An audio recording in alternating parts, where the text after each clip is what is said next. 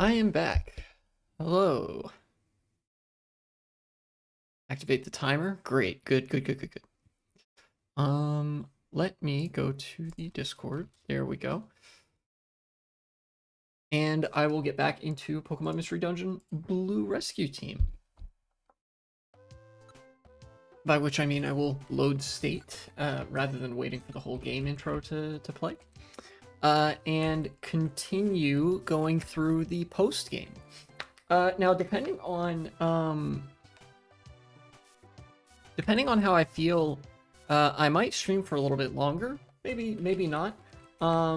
But you know, it's Sunday, which is, you know, lazy Sunday of Calvin and Hobbes fame. That joke is way older than me. Nobody will get it, but that's fine. And I'm here to play some Pokemon Mystery Dungeon. This game is fun and I really like it. My personal preference is for Explorers of Time, Darkness, and Sky, but you know, I played a lot of Rescue Team DX and that game is very cool, so let's store some items. Facade is a good move, so I'll put that away. Link Box, you never know. Graveler Rock, sure, whatever. Can I take anything? Is there anything interesting for me to take? No. No. Doesn't look like it. Shockwave is a really good move. No, okay. It looks like I've got all the items in the place where I need. Oh, no, wait. I do need to take one apple out of storage. And as I do that, I want to say thank you to Gang of Pugs for the follow. I see they followed while I was not streaming, so thank you very much. Always appreciate an extra set of eyes on the channel, especially because I'm trying to make this a more live streamer seeming stream. Like basically, I'm trying to do this as like more of an occupation than just a fun hobby. It's the weekend right now, so I'm kind of taking a break for the most part, but you know, I definitely wanted to I made that like new intro and outro for my YouTube, and I'm trying to get like a stream border, you know, like those overlays where if you see my mouse cursor on the stream, there will be like an L shape here, or like wherever the webcam is, it'll include the webcam. It's like an L shape overlay so that the screen is in one corner but takes up like 2/3 of the screen. Hello, bro, the boss. Welcome back.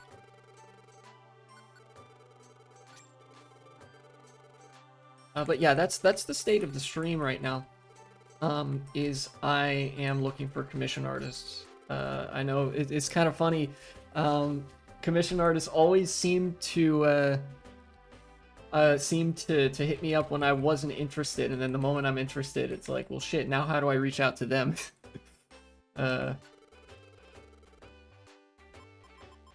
Let's put these back. Huge apple max elixir. I hate my government. Yeah, it may be prudent to just jump right into the main topic at hand.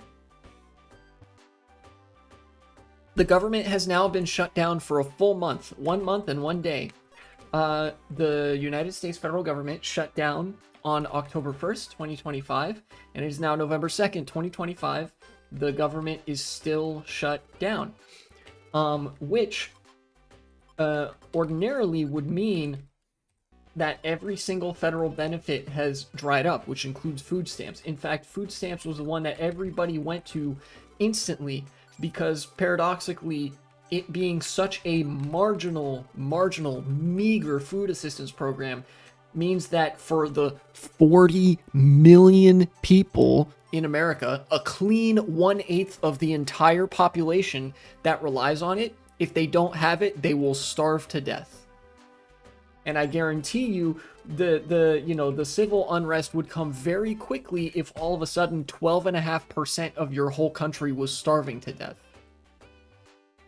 And this is the wealthiest country in the history of the world, mind you. This is not a country that's known for having frequent food crises or well, I would say frequent economic crises, but actually the United States is known for having frequent economic crises. You know, we had the dot-com bubble in the 2000s, then what was it, the mortgage crisis or whatever of 2008, and then the tariff crisis in 2017 and 18, and then COVID in 2020, and now this, you know. It will take 7,000. But for a very brief reprieve, our fears have been a little bit allayed by a federal judge. Shout outs to the court system. It seems like the federal courts outside of the Supreme Court are decidedly not very captured when it comes to like basically feuding with the Trump administration. You know, the Trump administration tries to just constantly break the law in any way that they can conceive of to achieve their objectives. You know, they kind of, it's like a wanton disregard for institutional stability in pursuit of fascist aims, one such aim being destroying the social safety net. In fact, even the non-fascists in the Republican Party share that aim in common. It's been the most consistent, bar none, aim of the Republicans since the 1960s, ever since integration began, racial integration in the civil rights movement and afterwards. Republicans have been targeting, and the right wing particularly, this includes some Democrats and discludes a select few Republicans, which are all but gone now. The right wing has been very keen to undermine the social safety net in America because in their eyes, it's like, okay, this will disproportionately harm minorities. We hate minorities, so we want to kill minorities. How do we do that? By defunding the programs that they rely on. Are white people going to get caught in that too? Yes, but that is a price I am willing to pay. Random politician who does not rely on any of these programs and will not personally suffer the consequences from them being gone. You know, thankfully, federal judges still don't take kindly to the law being broken in America so flippantly. Because here what we have is a Reuters article.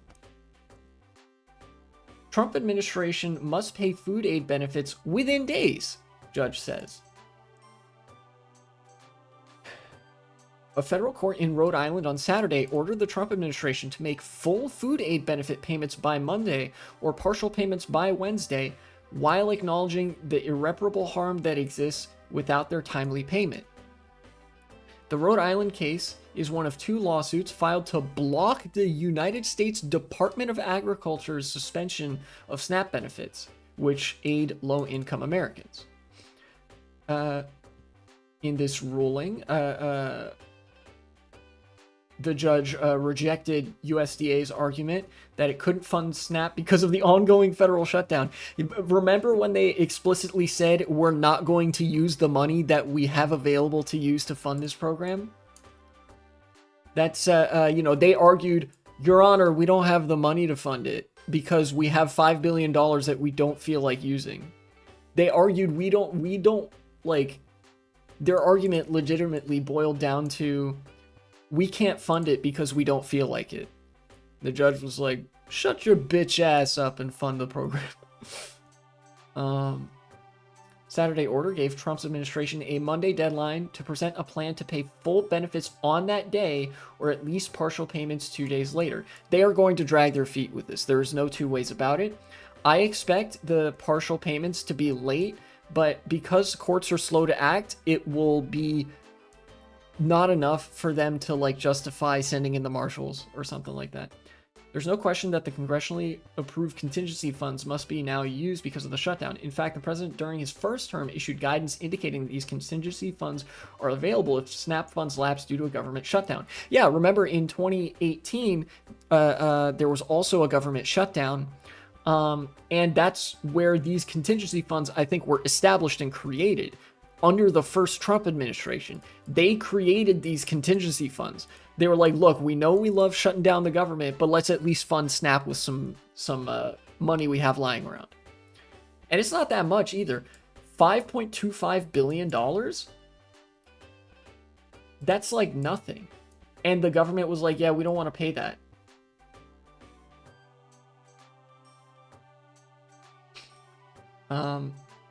Judge McConnell said that their decision not to use the funds was arbitrary. Basically, you just don't feel like using this money. You don't get to decide you don't feel like using the money. He said the agency must distribute emergency money as soon as possible. And if the money was insufficient, the agency should determine whether it can use money from a separate fund that has around $23 billion. Base judge, you will actually pay $28 billion to SNAP recipients. You can draw it from elsewhere if you need to. In a Truth Social post on Friday, Trump wrote, I do not want Americans to go hungry just because... I do not want Americans to go hungry just because the radical Democrats refuse to do the right thing and reopen the government. Therefore, I have instructed our lawyers to ask the court to clarify how we can legally fund SNAP as soon as possible. Saturday's order does just that. Court greatly appreciates the president's quick and definitive response to this court's order and his desire to provide the necessary SNAP funding. Yeah. SNAP benefits are available to Americans whose income is less than 130% of the federal poverty line, or $1,632 a month for a one-person household, and $2,200 for a two-person household. Keep in mind, by the way, how fucked up it is that you can be up to 30% above what is federally designated as poor and still be on the verge of starving to death. So, like, you're above the poverty line and you will still die without these federal benefits.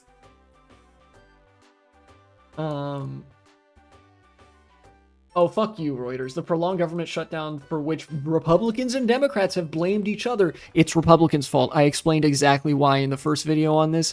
They control all three branches of government. This ends exactly the moment that Republicans decide that it ends and not a moment sooner or later. Republicans decide when this government shutdown starts. They decided when it started. They decide when it ends. So far, they've been unwilling to negotiate with Democrats. Democrats do not control the government right now. And the Democrats have said, look, we're willing to negotiate if you agree to these items, funding, ACA subsidies and these other federal programs. Just put these back on the menu, government's open, fine, whatever. And Republicans would be like, no, I don't want to. And as a result of that, 40 million Americans are now potentially going to, go hungry. Hopefully not anymore because of this ruling, but keep in mind, this is not the first time, this would not be, rather, the first time that the Trump administration has ignored a ruling from a federal judge. I wouldn't be surprised if they drag their feet long enough for a hunger crisis to start emerging. And again, all Republicans' fault here.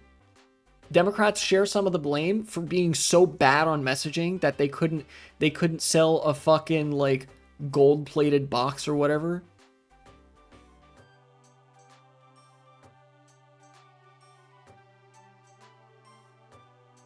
USDA has said insufficient funds exist to pay full benefits to 42 million low-income Americans, as they cost 8.5 to 9 billion per month.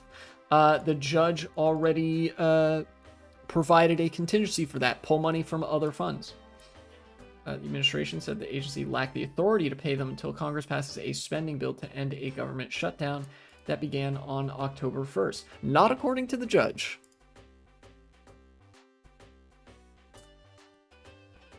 In a separate lawsuit brought by 25 Democratic-led states and D.C., another district judge in Boston on Friday ruled the administration was wrong in saying it was legally barred from using the contingency funds. Oh, wow. So this isn't even the only lawsuit where a judge has said you have to pay the fucking SNAP benefits. That's crazy. I mean, I took those from Frosty Forest. Okay. What was the other one? It was Lapis Cave, right?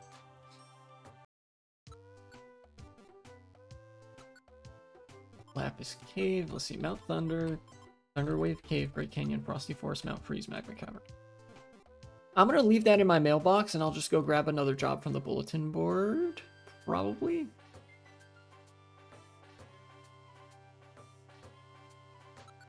What do we got? Mount Steel. Don't really want to take that because it's not worth it. That's... Well, Stormy Sea wasn't that bad. Sure. I'll grab that one. I won't take the job just yet. I'll leave it on hold. I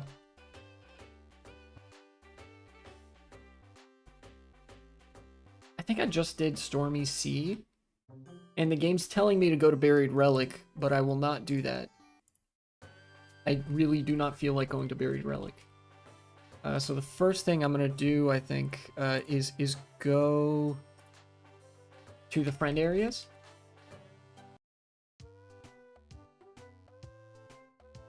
And we'll visit Ingalls.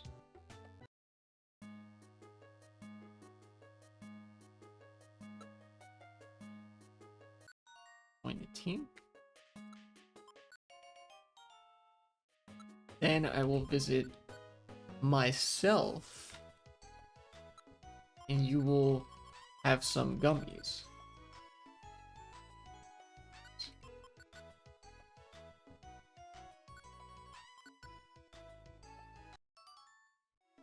Super mobile. Does that let me walk through walls and shit? That's crazy. Okay, make leader. Very good. You are level 20. So I will visit you, and you will join the team.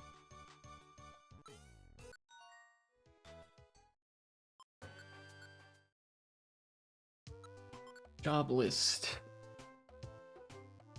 Mount Thunder, Great Canyon. Mount Freeze, Magma Cavern. Let's start with...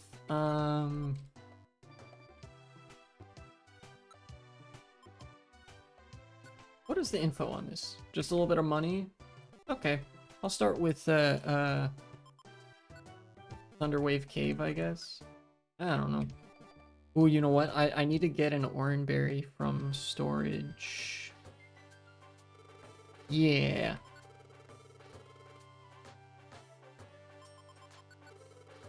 Take your Oranberry out of storage? Yes, that's good.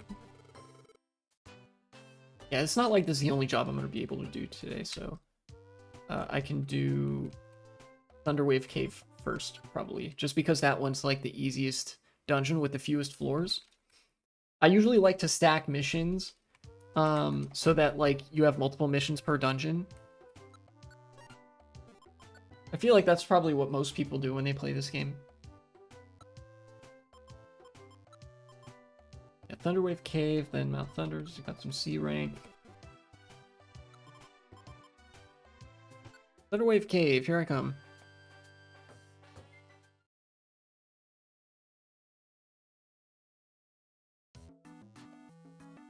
Alright, cool. Client joined the team. And we're just going to the 4th floor, so this is like a leisurely stroll more so than anything. I don't know, I want to get back to the SNAP discussion a little bit. Here, hold on. SNAP benefits state funding? Yeah, okay. Governor Shapiro in Pennsylvania has also said we're going to use state funds to basically pick up the slack on food stamps. What's up, 1v3? Welcome back.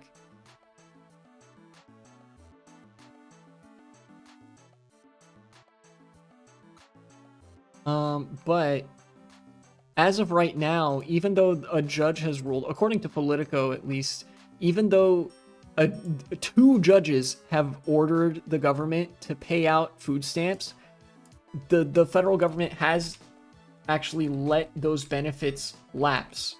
Like, people no longer have food stamps unless their state is willing and able to pay for it. You know?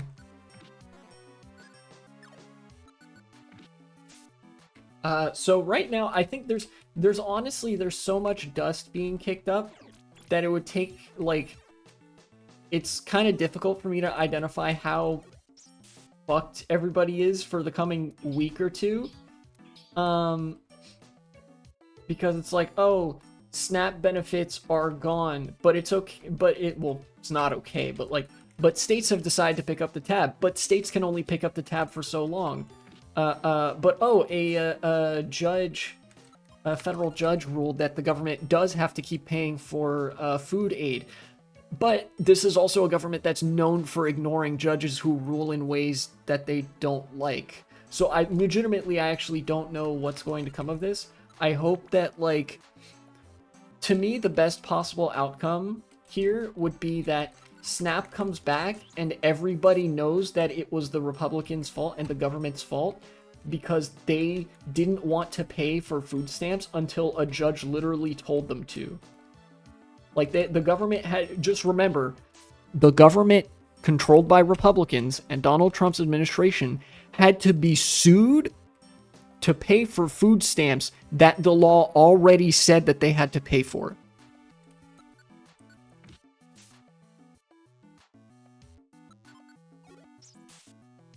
That's about how it's going right now. So. And I know that there's like, I don't know why I bother addressing this, because it's not like right-wingers are sentient human beings. They can barely function. But to address the relatively frequent talking point that these are all like unemployed lazy bums or whatever, no.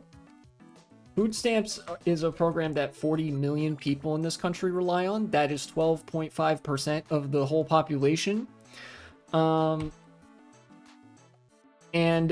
most of those people have jobs. The unemployment rate in the United States is only a few percent. It's like 3 or 4%, which is only like 10 million people. So even if you assume that there is complete overlap with unemployment and SNAP benefits, like everybody who is unemployed receives SNAP benefits, that's still only 10 million people. At the very most, only 25% of SNAP recipients are unemployed. Which, by the way, shouldn't matter to you unless you're evil. You know, like, damn, people gotta eat.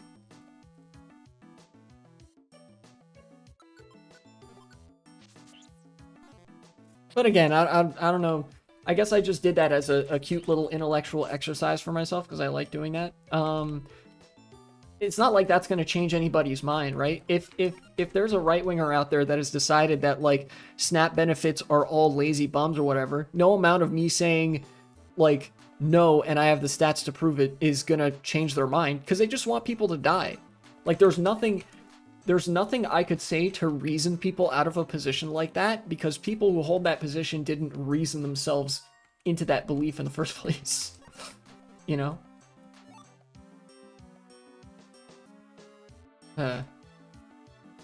Shit, I shouldn't even be like... I shouldn't hardly be using my, you know, faculties of reason in this moment anyway, right? Like, this is just so patently unreasonable of a situation. I feel like the only analysis that would be even warranted for me to give is fuck the government, they're evil and want you to starve. All of which is true and strikes an underlying emotional chord that people need to remember whenever shit like this happens in the future. keep going.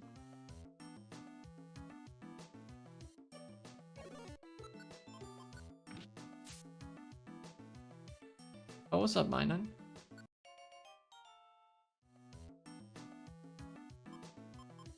I will name you Mickey. I'm gonna get sued by Disney for this name. I'm referring to Mickey Mouse without their permission. They're gonna sue me $1 billion. I can't wait to miss again. Okay. I was actually gonna start getting like mad if I missed 3 times in a row.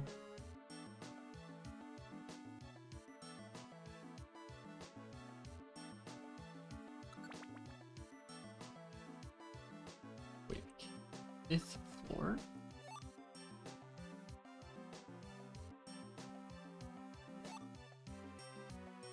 If it turns out I have a Minun, then I already went through the trouble of nicknaming this guy, so I guess I'll just have 2 Minuns. Usually I try not to recruit more than 1 of the same Pokemon, you know? But whatever. I do make some exceptions, though.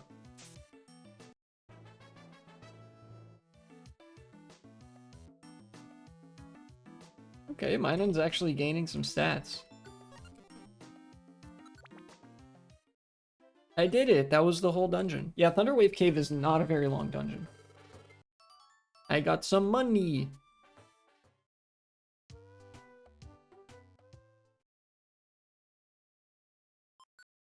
If only work in real life was as straightforward and non-bureaucratic as it is in this game. You know, I think that's what a lot of people dread about work as a concept, is how bureaucratic it has become to contribute to society. Hell, there's even entire jobs that revolve around you not contributing to society, you know? And like it's I feel like it's profoundly alienating that there's a there is a strictly impersonal and like oftentimes over encumbering and like very bureaucratic process of determining whether you are even allowed to contribute to society in a given way. It's like, oh yeah, I'm willing to go and work and like, you know, subject myself to unfamiliar conditions for a significant chunk of the day, doing something that might make the world better. And like there's a whole system around that. It's like, that's great. Now let's assess whether we want to allow you to do that. You know, like, you know, submit your resume to this AI so it can proceed to not read it and tell you that you're not qualified for the job. It's like, all right. My point, I think my underlying point being that the market incentives and bureaucratization of labor has led to an unduly selective labor market where like jobs feel like they can only recruit the best of the best, when in reality, no. For all of human history, people have been varying degrees of good or not good at their jobs, and that is fine. Society has persevered all the same. And there's also the fact that having a job doesn't even guarantee that you won't starve to death. You know, as we've seen with the kind of situation that a lot of SNAP recipients are in. You know?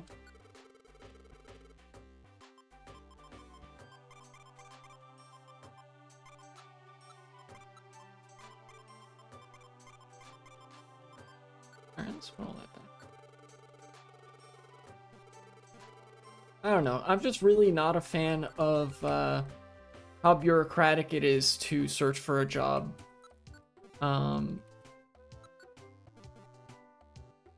just how much, like, learning about the job process from other people is like, yeah, it's really bureaucratic. And then you do one job interview and you learn that it is very not bureaucratic. They just pretend that it's bureaucratic. You know? I don't know. I feel I might be kind of waffling there, but hopefully you guys get what I mean. You know?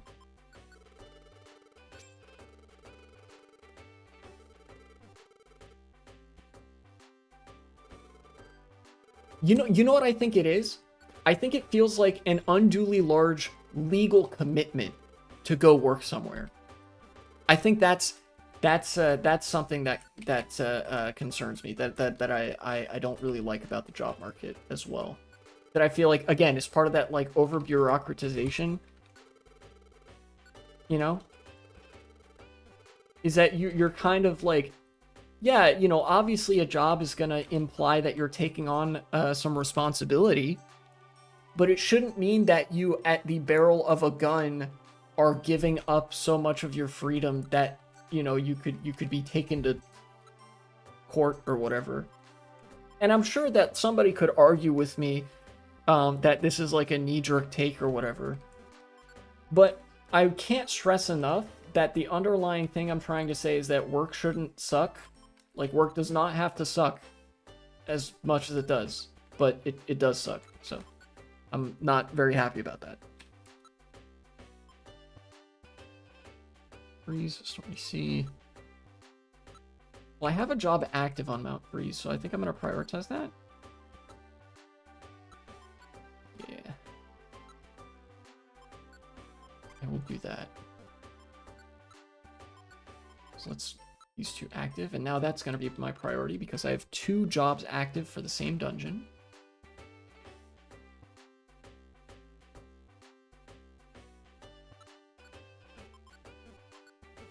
Who's on my team? Just me. Right, I need to go visit some people.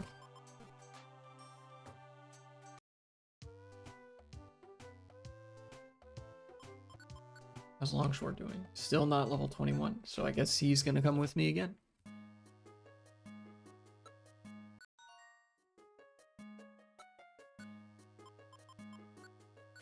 Longshore.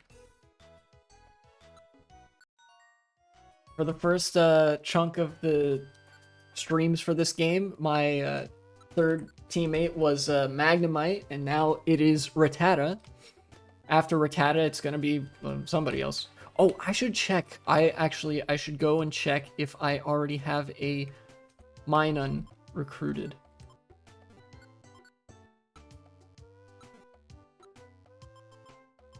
Is it Quark? I do. I have 2 Minuns.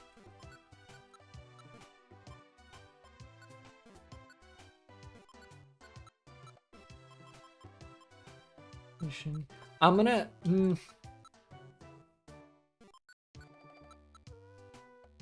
You know what? Just because I mentioned it, I'm gonna say farewell to Mickey. Yes, that's okay. So I have a Minun in the friend area. I do not have a Plusle. So do I have an escort mission? I do. So I'm gonna grab a Reviver Seed for this, I think. Actually, no, you know what? This is making it more difficult on myself than it needs to be, or like more annoying. But I'm gonna go in without a Reviver Seed. I'll just save before I go in, and if I get junked a bunch, you know, then like I'll just reset, and it'll make some good clips for me getting farmed by this game. So let's go to Mount Freeze.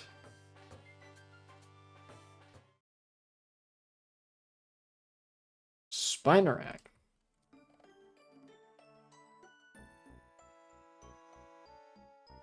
And the jobs I'm looking for are on the 10th and 11th floor. Okay, it's an escort job and a rescue job. Pretty straightforward. That's nice.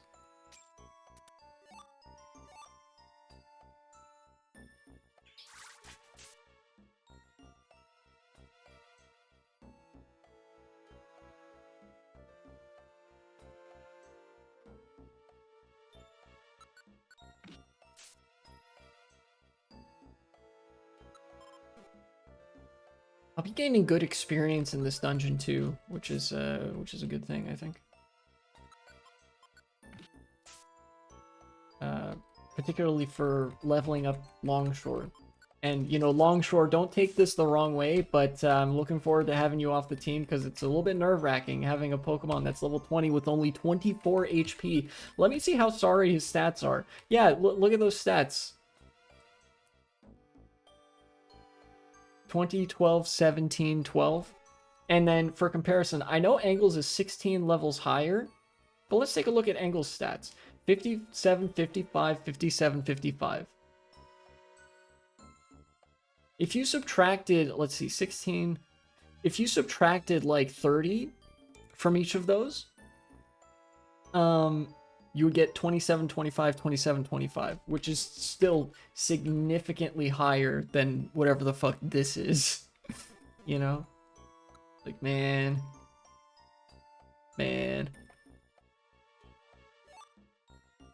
Oh, I found a Reviver Seed, so now I have some additional, insurance I didn't before. And unlike insurance in the real world, it actually works when you need it, and you don't have to pay for it.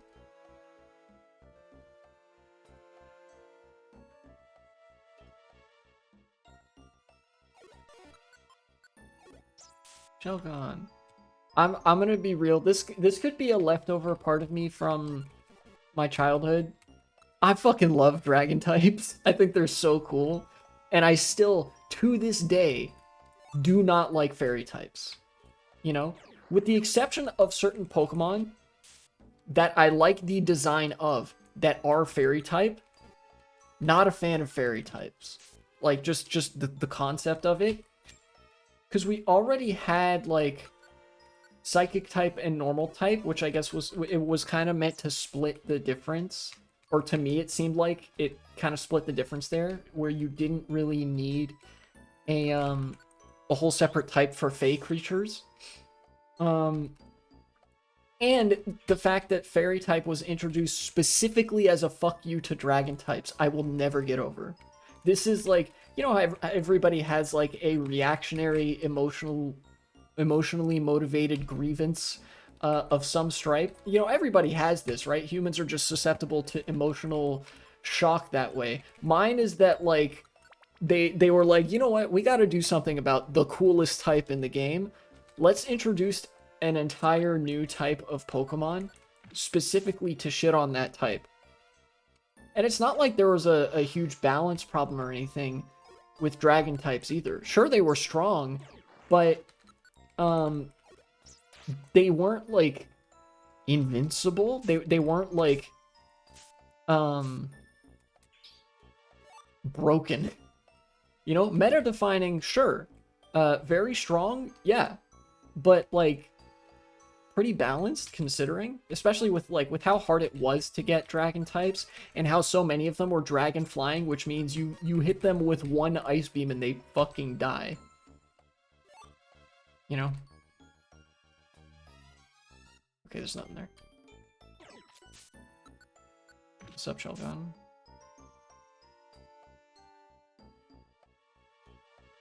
I'm glad that sandstorm stopped. Jesus. Weather conditions are brutal in this game. Just those 2 extra points of tick damage, taking 5 instead of 3 is like a world of difference. Especially when you have a Pokemon with not a lot of HP. You know? Like, if you're in a sandstorm, you take 5 damage per tick. For a Pokemon like Rattata, that, like, a timer is set that, like, if you're not out of here in 5 turns, you're dead. And cutting that down to 3, it's still only 8 turns, but 3 extra, or turns. 3 extra ticks is a big difference.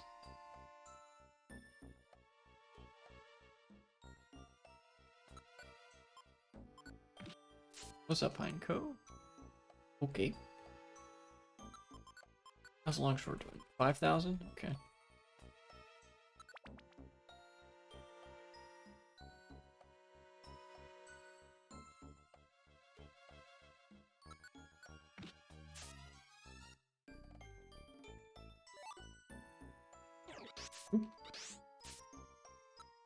Yeah, you can worry about that. Thank you.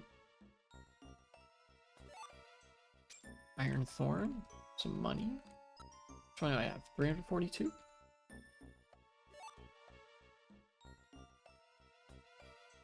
Taunt TM. Definitely selling that at the market. I need food. Very good. Let's see what the IQ skill that I learned was. What was it? Like super mobile? Info. Gains the ability to walk on water, lava, and clouds. It can also dig its way through walls. How's that different from this? Gains the ability to walk on water, lava, and clouds. Okay. So this is just this. Got called by a friend. That's no biggie, no biggie. You don't need to apologize for any of that. So this is the same as this other one, but I can now walk through walls. I mean, again, it's like the fact that it only lets you have so many of them is kind of annoying.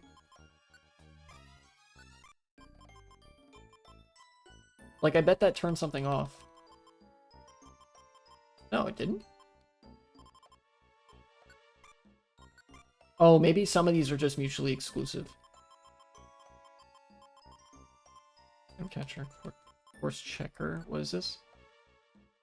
We'll check first for walls and other Pokemon that may get in the way. Oh, this is purely for friend Pokemon. I see. Yeah, these are mutually exclusive. Yeah, I can't have both of those.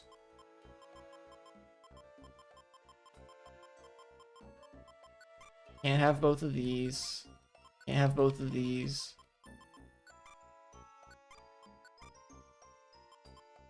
I can't have that. Okay, I will take that.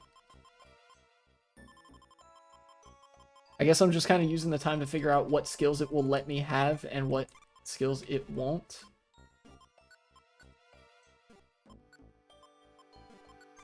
Okay, I can turn that on. How you doing? Pretty good, pretty good. Exclusive move user. I don't want that one.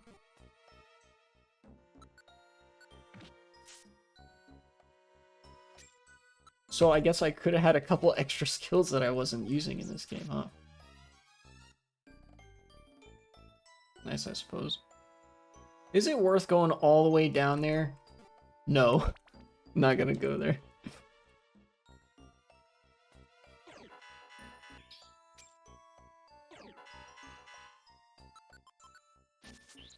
Honestly, I don't know if there's even any other, like, politics to talk about apart from food stamps. That's been dominating the discourse because, like, 40 million people are gonna live or die by whatever the fuck happens there.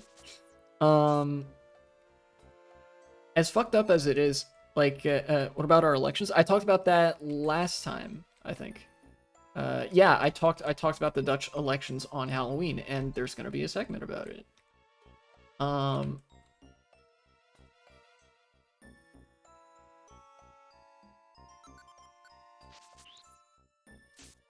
But a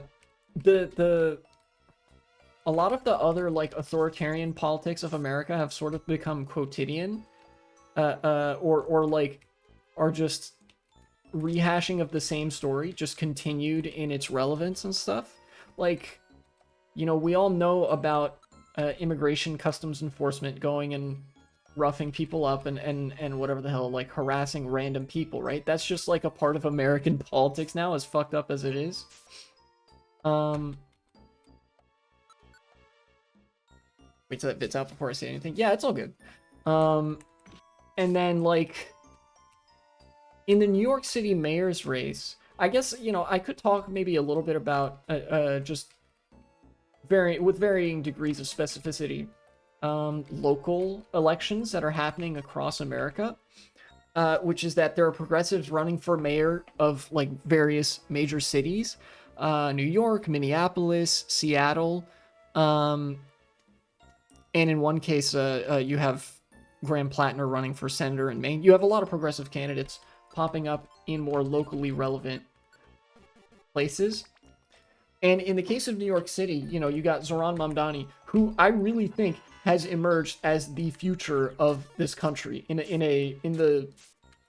the best affirmative way possible. He has actually like an affirmative goal for New York, which is for the city to become hospitable to working class people again. You know, the costs have been exploding, and like whatever it takes, we need to make urban environments livable again for the people that fucking work in those urban environments, you know? Oh no, where are they going?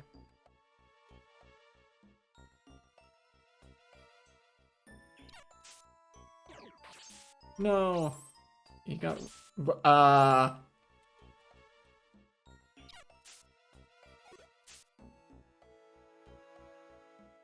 Wait, I have a shot.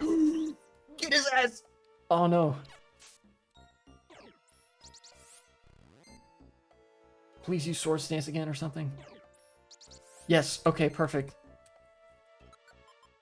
Get that motherfucker. Yes. Razor thin call. I spent 2 reviver seeds, but sure.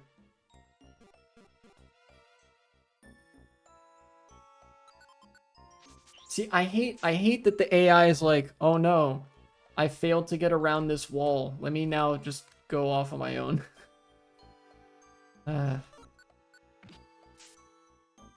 Thank you, game.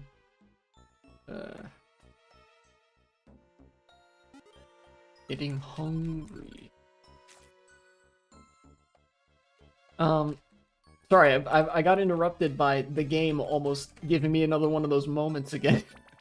In the case of Zoran Mamdani in New York City, number one, it's fucking awesome and hilarious that Cuomo's just completely given up and like doesn't care about actually winning the race. And that he's so pathetic that like nothing he does has any possibility of working. But it's also really pathetic that the Democratic Party has yet to put their weight behind Zoran Mamdani. And at this rate, I don't think they will. Now, a lot of people could clap back at me and say that, well, the DNC, the organization, has endorsed Zoran Mamdani, but that's like a footnote at best. The DNC is like nothing. You know, like they have such a non-presence online, and America doesn't really operate like that the way that European countries do. Like in a European country, if your party disendorses you because of it being like a coalition government or something, that means you're no longer in the party. Like you're excised from the party. They find somebody else, they replace you, and like it's not like politician centric, it's party centric, if that makes sense. And the only people who are really like publicly relevant are the party leaders. You know, like in Germany, to give an example, you have Olaf Scholz is the leader of the SPD. Then you have fucking, I can see her face, but I don't remember her name, as the head of the AfD. And you know the names and faces to an extent of the party leaders, but not really anybody else. You know, in America it's a little bit different, where it's more centric towards the personalities. Which means each individual politician matters that much more. Insofar as like the media war, like media presence and stuff. And that makes party leaders doubly influential, more so than the like whatever the official party line is itself. And Spider-Man, get back here. And Hakeem Jeffries and Chuck Schumer are the leaders of the Democratic Party in New York, both of whom, by the way, are constituents of Zoran Mamdani. Zoran Mamdani is their representative. He's in the state government. He's an assemblyman at the state level, as opposed to, you know, the federal level. He represents the leaders of the Democratic Party just in their day-to-day lives as an assemblyman, as well as, you know, the rest of his district. And they still have not endorsed him. In fact, when specifically asked, they have declined to endorse him. Giving like the most slimiest non-answers imaginable. You know, shifting the goalposts and all that. And honestly, I think this, like, you can read this one of two ways, which I don't think are mutually exclusive from each other, but in terms of their intent, they are mutually exclusive from each other, if that makes sense. It'll make sense a little bit, right? You could be like, wow, that's pathetic. These people are cowards, which is true. Or you could be like, our plans are measured in centuries, right? The refusal of the Democratic Party to endorse Zoran Mamdani, and by the party I mean like party leadership, which is what people think of in America when they think of a party. Their refusal to endorse will kill the Democratic Party faster. Here, I'll even name you Zoran.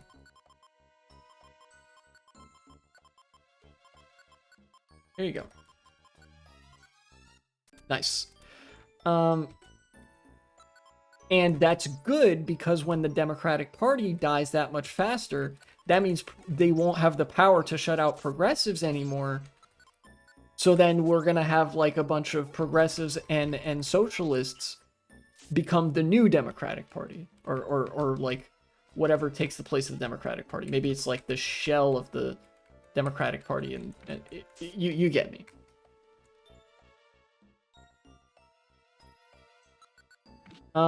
I think personally, I think both of those are true. I think the intent of Hakeem Jeffries and Chuck Schumer refusing to endorse Zoran Mamdani is to try to ice him out of relevance at a national scale, right? Like that they intend to gatekeep him from power, even at this late stage. But I think it also has been basically guaranteed that it's not going to work, which is good, because what that means is that, like, you know, the other thing happens too.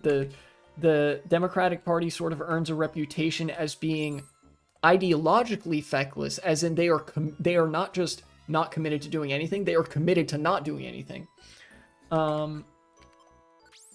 And that basically drives people away from the mainstream Democrats and towards the progressive Democrats, like the lefties. That's what I think.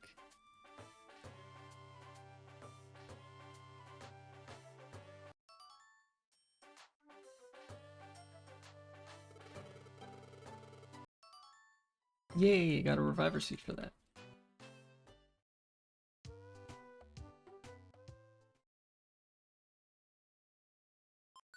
I will save the adventure.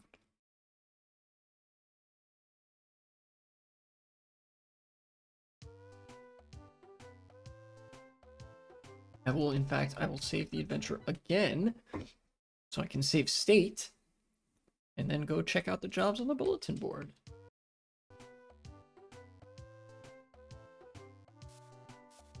Also, I don't remember how many jobs it takes for the next, like, story event to occur.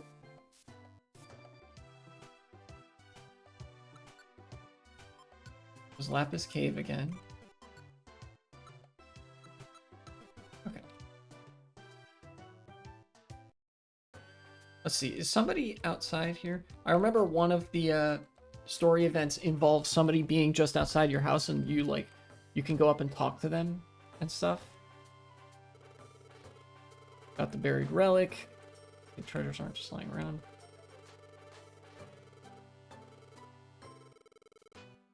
If your knows where buried relic is. Do I have to go to the buried relic? Let me see here.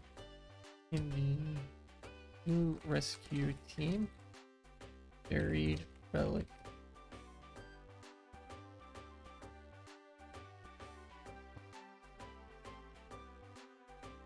Contains 99 floors, home to the legendary giants and Mew. By the legendary giants, I'm assuming it means the Reggies. After receiving a letter about it, talking to Shifry will grant access to the dungeon. Okay, yeah, great.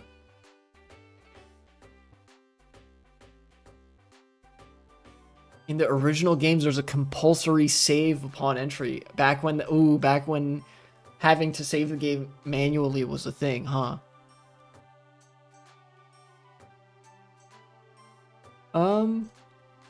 It's an optional dungeon, right? Like, I don't need to go there. I didn't need to in Rescue Team DX, but in this game that might genuinely be different.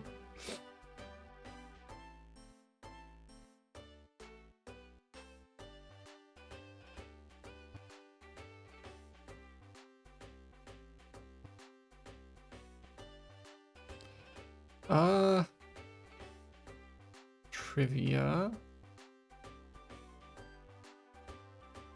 Here, hold on.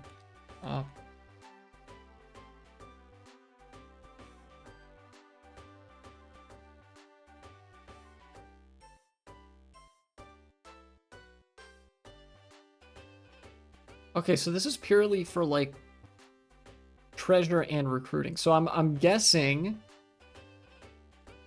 that buried relic is optional.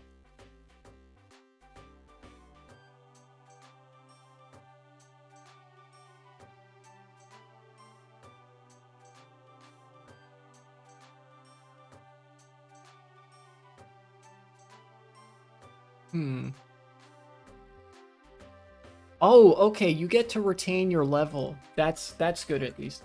Okay. That actually, believe it or not, that actually makes me a little bit less concerned about the possibility of having to do Buried Relic, because I know that there's an archetype of dungeon in the Pokemon Mystery Dungeon games. Maybe this is in the other Mystery Dungeon games too, the non-Pokemon ones. Of the 99 floor long dungeon that also sets you to level 1 and takes all the items out of your inventory. Oh, right, I don't have... no, don't do that again. Sure.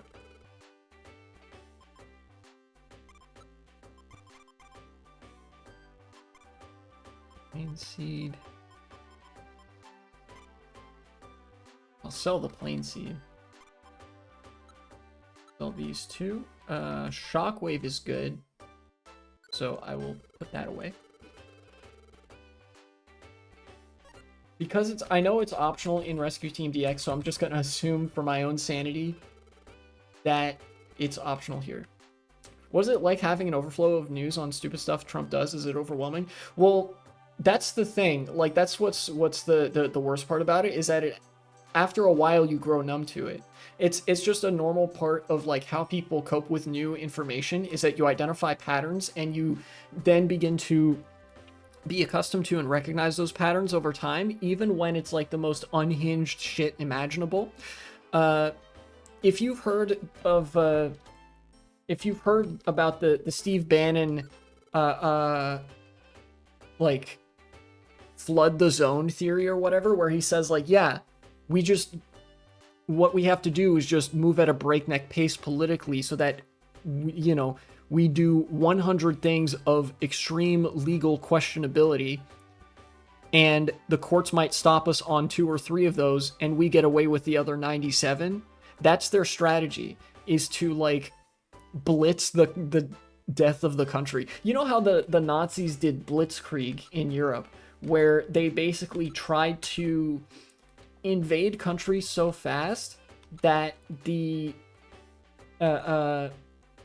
like crippling economic flaws of their country couldn't come to bear because they were going so fast. Basically, that's we're dealing with the like non-wartime version of that in America, where they are destroying the country so fast that the safeguards that are still in place, that are still kind of doing what they're supposed to, don't have the time or resources to stop them. You know? Yeah, that's their strategy, is to overwhelm. You know? Yap as much as you can, be as crazy as you can until they got a clue what to be mad at, what to focus on. Yeah, exactly. It's designed to be like noise, to confuse people, and then like you have an underlying plan, but like you just go about it being super crazy and whatever, and eventually you get away with it. So that's kind of what it's like, you know? And legitimately, I think in Europe, they don't have the absolute drive to destroy everything in the country. You know, the United States is a much younger country. It grew much faster, and it is declining much faster than I think a lot of other countries are capable of on a political level. You know, there's there's, I think, a politico-psychological precedent that enables behavior like this in America particularly, because of the speed at which America continues to develop. This kind of development pattern of socioeconomics existed in Germany as well, because Germany, at the time of and after World War I, was kind of a recently formed nation that had recently become an economic power, had very recently developed into one of the strongest nations in Europe. A lot of that stuff was happening very fast. So the reactionism also happened very fast, you know?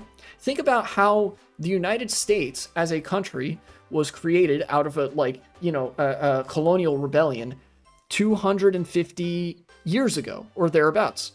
You know, that's not a long time in terms of countries, you know, especially given that initially the United States only had something like 3 million people living in it, and it was just the 13 states on the eastern seaboard.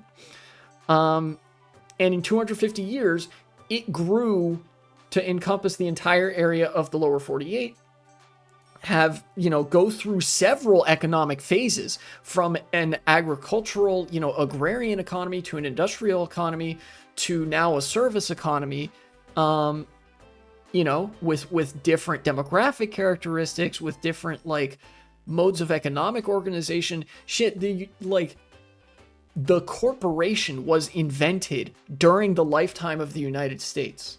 The corporation as a concept was invented after the United States was created. You know, I'm not talking about like state charters and whatever, because like obviously those exist. You had the East India Company or whatever. I'm talking about corporations as we would now recognize them were invented just within that time period. That's how much economic development just in the United States has happened, you know, over 250 years. And countries in Europe have existed for a lot longer, you know. And the economic development over the past several centuries hasn't been as breakneck pace as the United States. So it's basically like the socioeconomic equivalent of live fast and die hard. The United States has lived fast, and now it's gonna die hard. And again, a lot of that is an oversimplification, but I'm sure like if there's any passing sociologist or economist out there that you know happens to see the stream, I'm sure they could probably back me up on the general phenomenon that I'm talking about, right? If something develops very quickly in an economic sense, it's also potentially susceptible to be reversed very quickly as well. You know, in fact, that's the risk that we're running with some very fundamental rights in the United States: women's suffrage, racial integration, and like, you know, all sorts of stuff.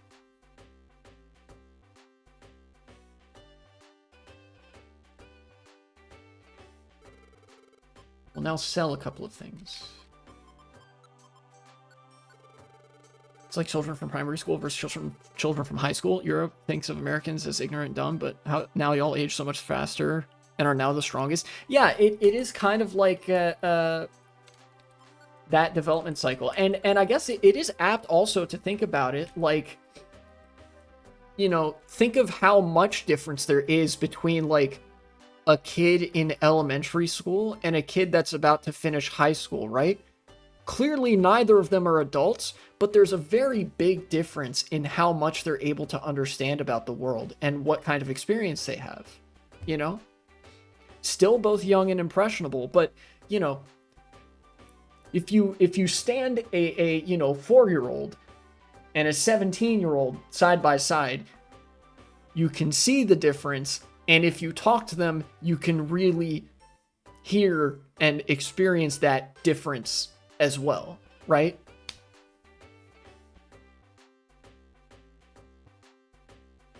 weird way to compare it, but the amount of things that fit this way is pretty funny. I mean, yeah, it does, you know, in a way it's kind of a weird comparison because we're comparing the development cycle of people to the development cycle of a nation state, which is not going to be, you know, perfectly analogous in the best of circumstances, but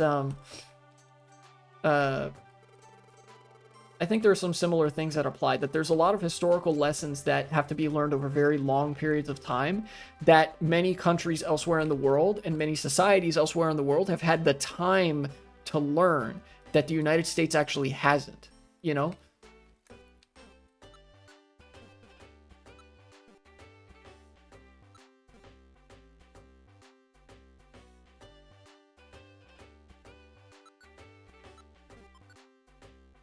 That's what I think anyways. But I don't want to be confused with some of the, like, centrist libs who do the whole very reductive and anti-sociological version of, like, oh, America's just an edgy hormonal teen kind of bit, right? Because I've heard a version of what I'm talking about that, like, just kind of doesn't engage with a lot of what's happening, you know? And also I'm a socialist, so I have to distinguish myself from liberals. Thank you. Yeah. Couple on Stormy Sea. Do I have anything on Mount Blaze? No, I don't. Let's take these two. Pretty straightforward rescue missions. Oh, they're all rescue missions. They're just deep into Stormy Sea. Okay. All right, let's do Mount Thunder next because it's C rank.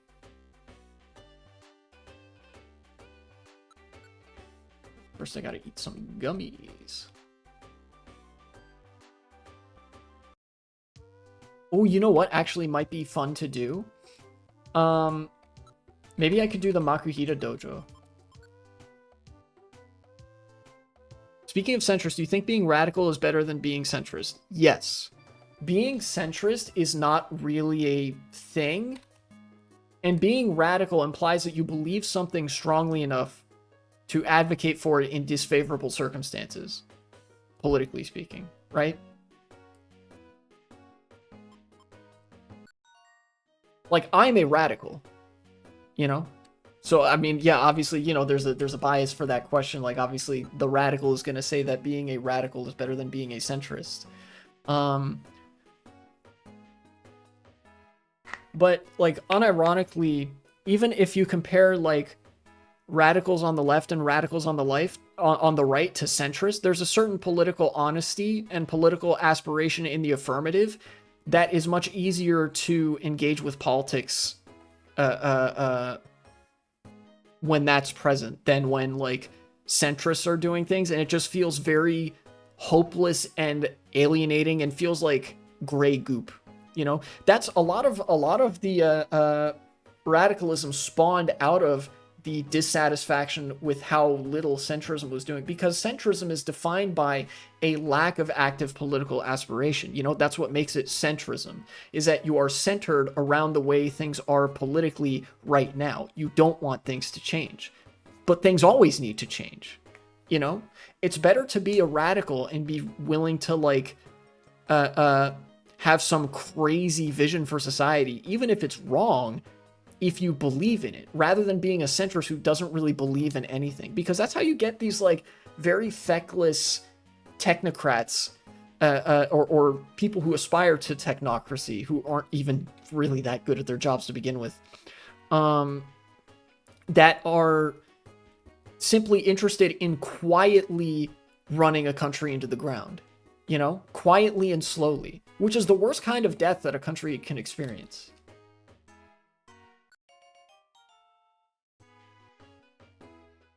Because, you know, in a way, one thing I've also noticed is that politics kind of operates like oobleck, like a non-Newtonian liquid, where the harder you push, the harder something pushes back, right? Like if you, like with what is it? Well, I just said oobleck, right? You know, that cornstarch stuff. If you strike it, it'll feel like you hit something. But if you very, very slowly put your hand up to it, your hand will sink in. It's kind of like that, but with the decline and changing of society, right? Where centrists are just saying, today I will destroy society, but competently in a way that makes me feel smarter than everybody else. That's kind of what centrism is. And because they are simply administering a system quietly and letting its existing contradictions fester in the name of having things stay the way they are. That's the big problem with centrism, and why it has never been a good political conviction, or even a real political conviction, I would say.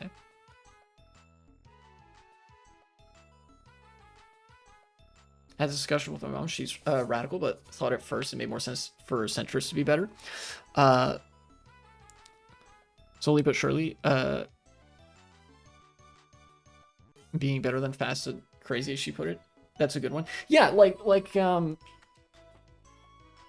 if we all recognize, I think everybody can recognize on some level that being a centrist means that you don't want things to change in a general sense, right? If you're not fundamentally changing society, if you're not, being politically active, you don't have a political vision in the affirmative, something that you are building towards, a nation building project, then what's going to happen is that there are the contradictions and flaws in society as it exists now are just going to sharpen and become worse over time. Every society is subject to this.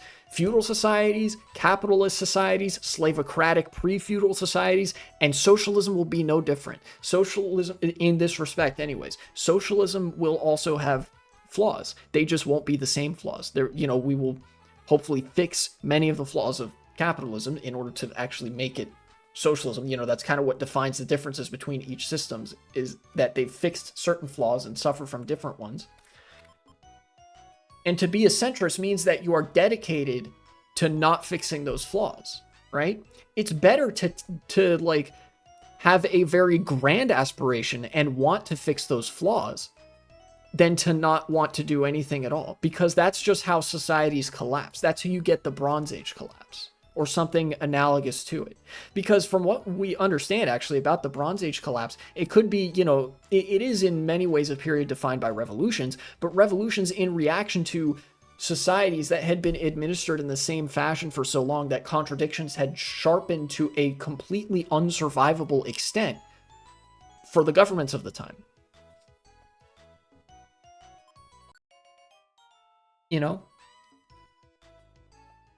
Basically, doing nothing does nothing. And there's never a period of time where it's politically appropriate to do nothing, because there's always shit that needs to happen. And radicals, regardless of their conviction, want to do something.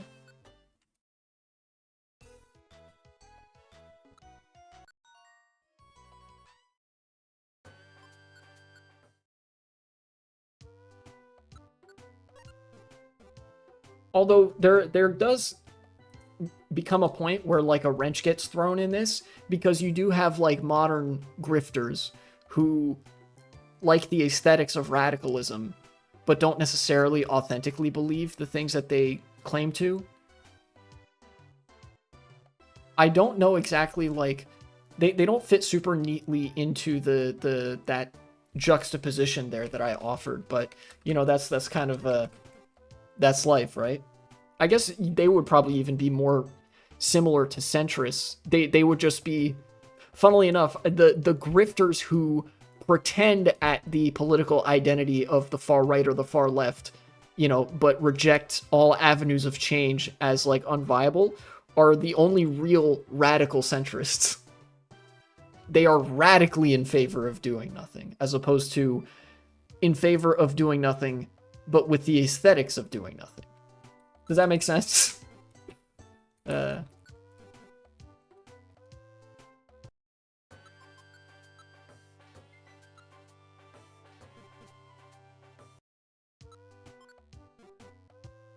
feel like that even might be a good segment, exploring the difference between centrism and other ideologies, and why I think centrism almost presents a unique blight that every society has suffered from it. Every society in order to spawn their left-wing and right-wing movements, had to suffer from the growing cancer of centrism that was so debilitating and upset the you know, state of society so that they basically became bedridden. You know, if we're using cancer as an analogy. Because it strips societies of their ability or willingness to do anything.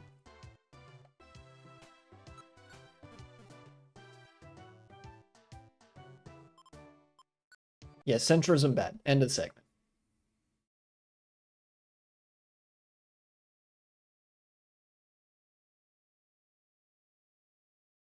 Yay.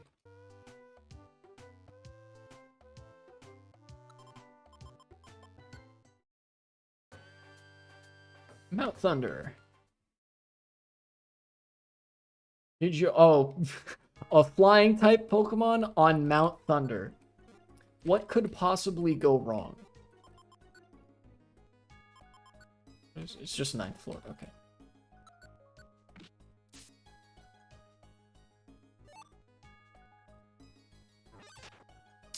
Bro tried to get me from downtown? That's crazy.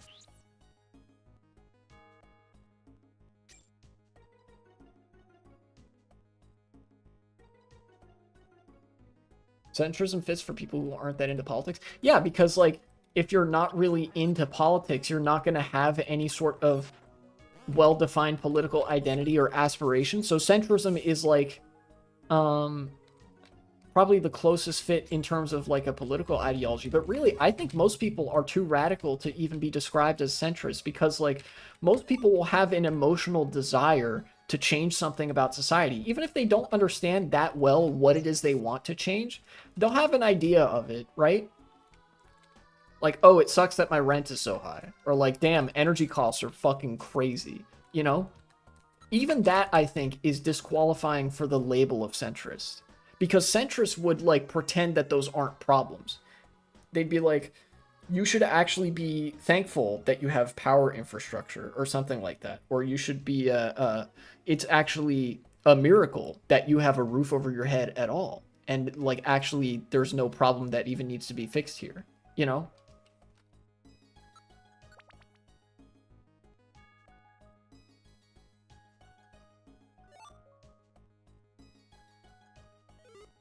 And for a lot of people who have the latitude to say, you know, I'm not into politics, who have the sort of, you know, who just don't necessarily have a well-defined emotional desire, like even that you could put your finger on to make society better, a lot of times that will motivate a sense of reactionism that leads to, shocker, people who might otherwise be centrist aligned becoming fascists, right? Like, oh, I don't want things to change. I want things to stay how they are. And they get progressively more angry at people who do want things to change. And that sort of defines their political identity. Literally a reaction to people who want things to get better.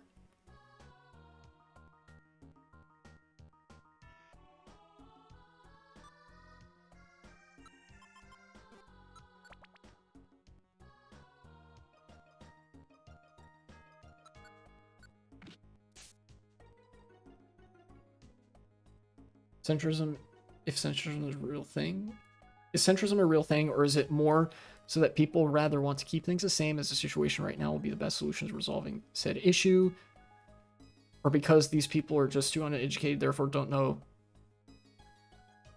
Oh man, I didn't get to ban him. I can unban him if you want to ban him again. I think centrism is a real thing. But it's not, when people say they are centrist, you shouldn't take it seriously, right? Because like I said, centrism is defined by a lack of affirmative political identity, you know? It's defined by not wanting anything for society.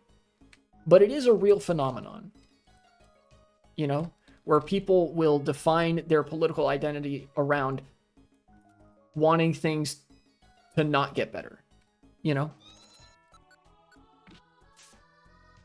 So in that respect, it's a real thing, just not in the way that centrists would try to say that it's a real thing.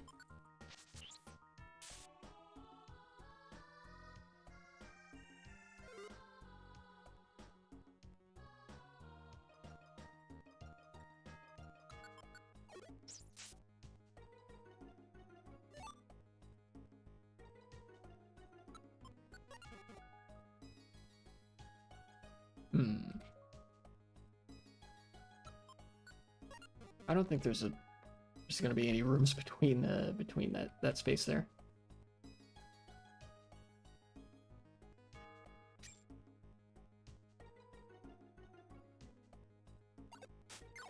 No, my accuracy. It's fine, I'll simply hit every move anyway. And then Wonder Tile, please.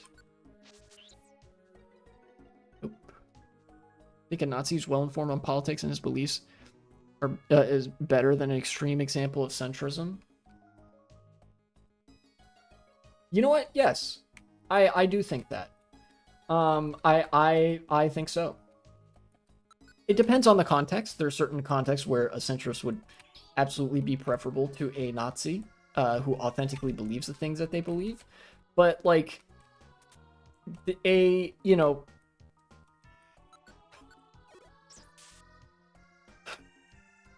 interpersonally, right? Obviously, I would say,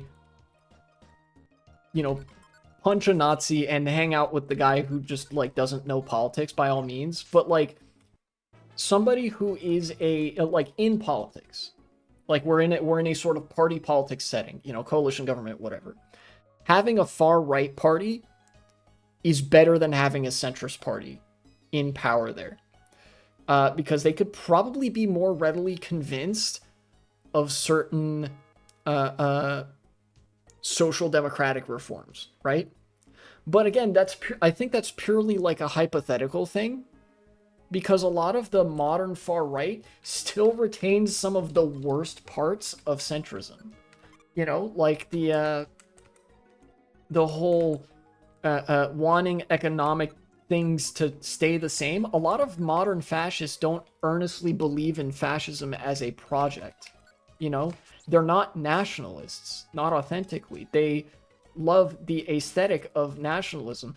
Ironically enough, today's fascists, today's far right, are basically the kind of radical centrists that I described as loving the aesthetics of radicalism while loving even more keeping the system exactly the same, so that, the same groups of interest can just, like, rake in money or whatever, and they don't have to do anything,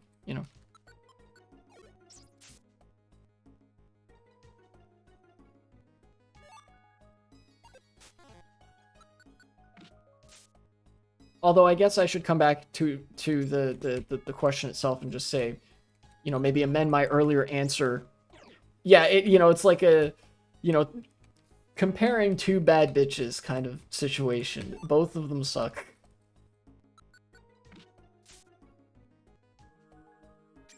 I don't know. In some cases, like, centrism would be preferable too. I guess to provide the instance where centrism would not be preferable to, like, Nazis that earnestly believe what they believe.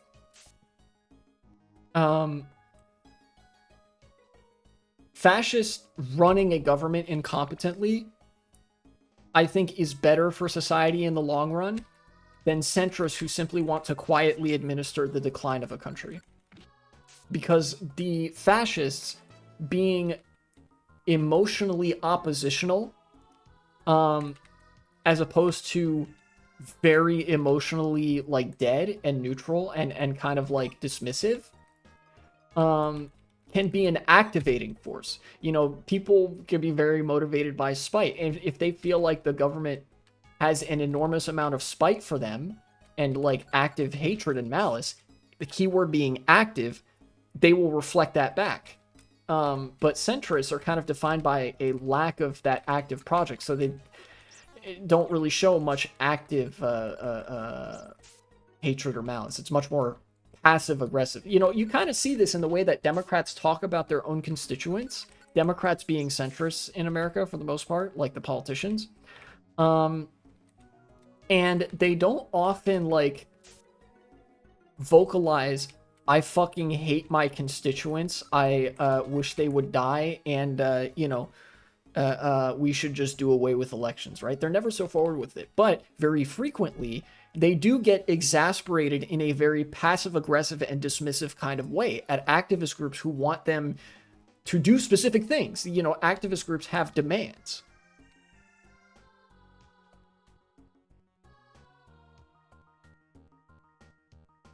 Got to this conversation with my mom because my algorithm had reminded me of the political compass rap battle video in which the only thing all ideologies agree on is being discussed by a centrist. Exactly. Yeah, that's kind of like a necessary component of having an ideology, having a set of beliefs that you hold strongly, is that you are disgusted by somebody who literally doesn't care about anything enough to believe something about it, you know?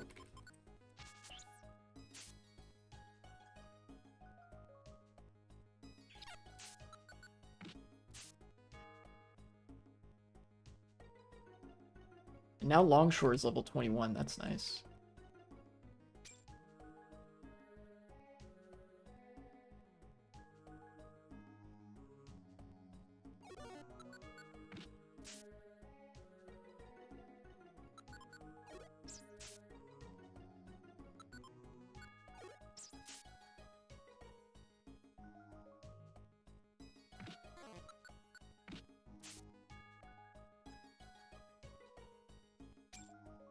Items, that's good. Gold ribbon. Insane pickup.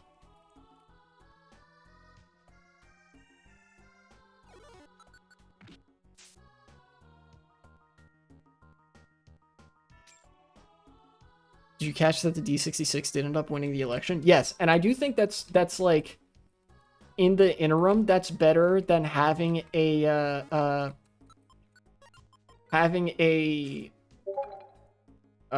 PVV government, like coalition or whatever.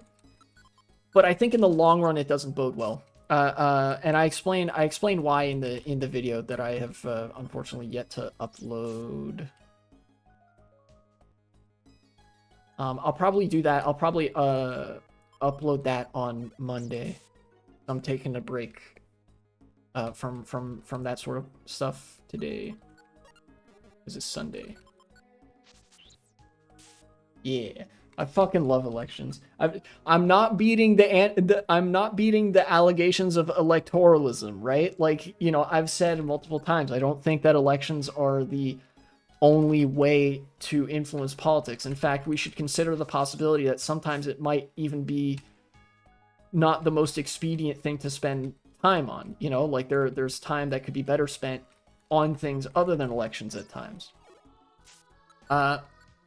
But my autistic brain loves the funny numbers and colors and names for the parties and the ideologies and stuff. You know? It is as natural as the attraction that I experience towards trains. If you guys know what I'm talking about.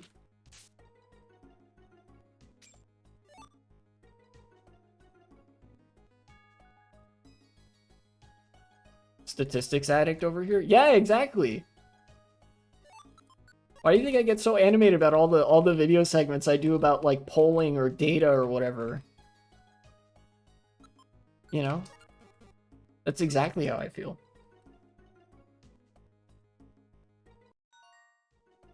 Ooh, destination 4. Oh, this was an escort mission, right? Yeah.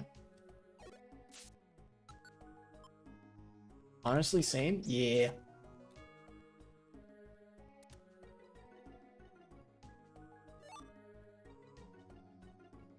No, don't go on the stairs yet. What am I doing? Stats nerd moment? True. Also, welcome back, Silent. Oh, there's the guy.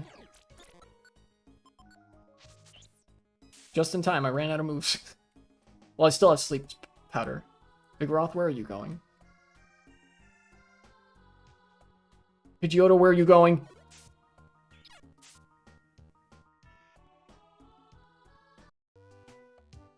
Vigoroth, I put that on you.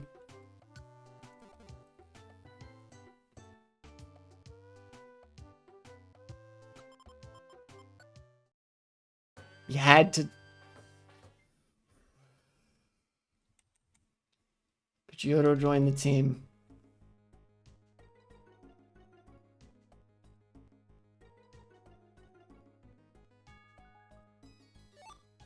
This game, man. Vigoroth's big dumbass blocking the hallway. You're like, oh, Pidgeotto isn't here. Like, yeah, no shit. You literally walked away. Dude, I entered the room with Pidgeotto, and Vigoroth just walked away. Pidgeotto was like, yeah, escort me to my comrade, Vigoroth, so we can see each other again. And Pidgeotto's like, hey, we get there, and we're like, hey, and then Vigoroth just walks off. Like, excuse me? I'm here to rescue your ass. And because of that, Pidgeotto got murked.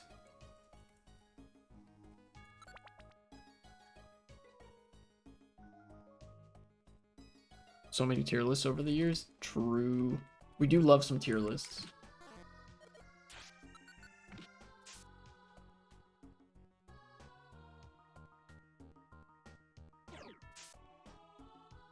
Thank you, Rotetta.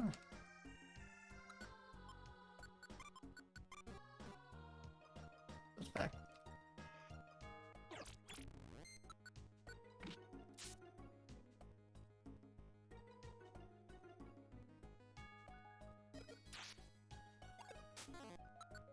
Alright, I'm going for this Pidgeotto first, because he has Sand Attack.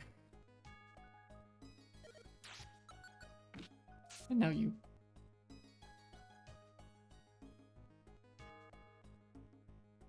Oh, a Gummy.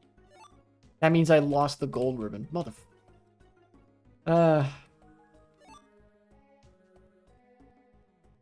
know what? I should have been more conscious of that, I think. I need to be conscious of just how stupid the AI is in this game. Hello everyone, this is my tier list of ways to breathe. I'm putting through the nose in A tier. True.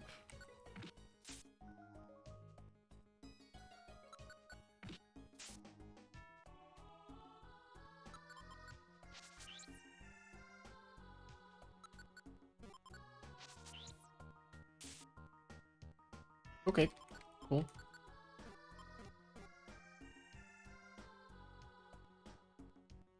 Tata's only got 1,050 left to level up. You get out of here.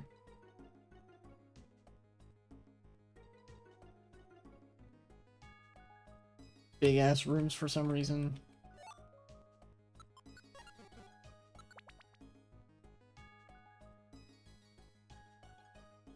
Oh, hello, Weedle. Goodbye, Weedle.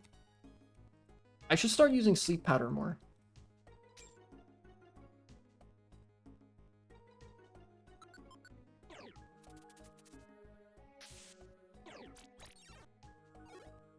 Get out of here. Yeah. It takes longer, but I save on my other moves.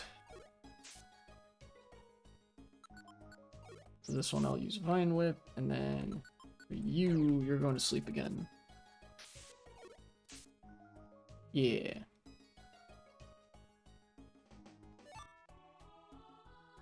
Now where?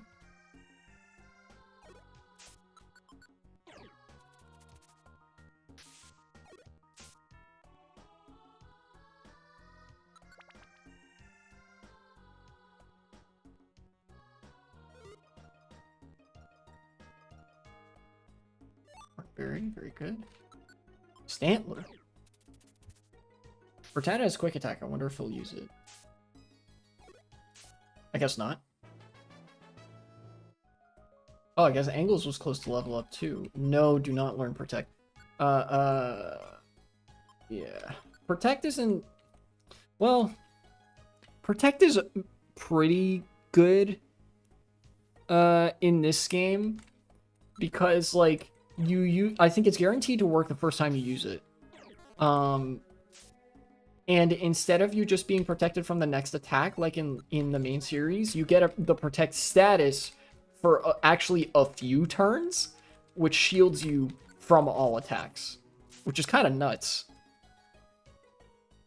But it's a very defensively oriented move, so I don't use it very much. You know? like in the context where protect would be useful, I feel like it would just, you would be better served to be doing other things.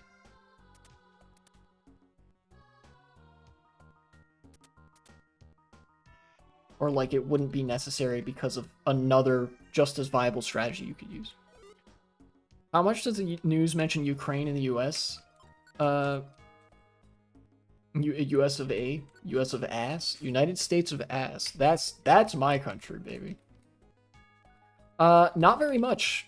The only time that America really mentions that, like American media mentions that, is when, number one, they have an opportunity to attribute something to Donald Trump, right? Because the news in America is actually so captured, it is ridiculous.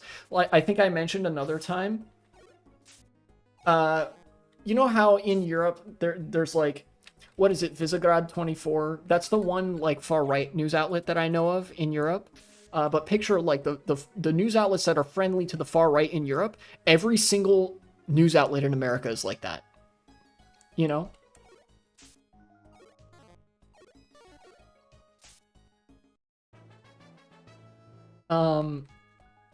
So that's one instance in which the American media will bring up Ukraine, or will talk about Ukraine. Or another instance where they will talk about Ukraine is if there's some sort of propaganda push to talk smack about Russia, you know? Which is not me defending Russia, by the way. The United States media just doesn't like talking about foreign affairs unless it has a distinct purpose in serving American military-industrial complex interests. Which means we don't talk about Ukraine very much because the paradigm has kind of already been established that, like, oh yeah, you know, America is sending arms to Ukraine. There hasn't been much discussion of it since the beginning of the Trump administration, when Trump kind of bantied about with like, oh, we might just let Russia take Ukraine, and the news was actually, that was the only time that the news was even remotely critical of Trump, and even then they were like pretty conciliatory towards him. It was like they fucking switched on a dime from praising him for being a peacemaker when he wanted to basically partition Ukraine between America and Russia. And then when Putin got on Trump's bad side, and like Trump being very ego driven was like, well shit, I don't want to talk to you anymore. Then the news media said like, oh, that's, you know, credit to the Trump administration for defending our allies and stuff. You know, those are the only contexts in which Ukraine has really been mentioned lately in America. You know, with some passing mention with regards to those drone incidents earlier this year. You know?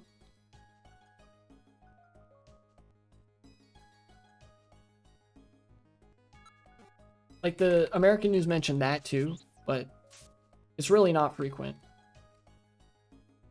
Because it's like it's not like a hot topic anymore. Because you know, that war, you know, started after the Euromaidan in 2014, and then the official start of the you know, invasion from the regular army was in February of 2022. You know? And the news in America only cares about the ratings and stuff. Which, I mean, to a certain extent, that's the same for news everywhere, right? But, like, you know, you get me.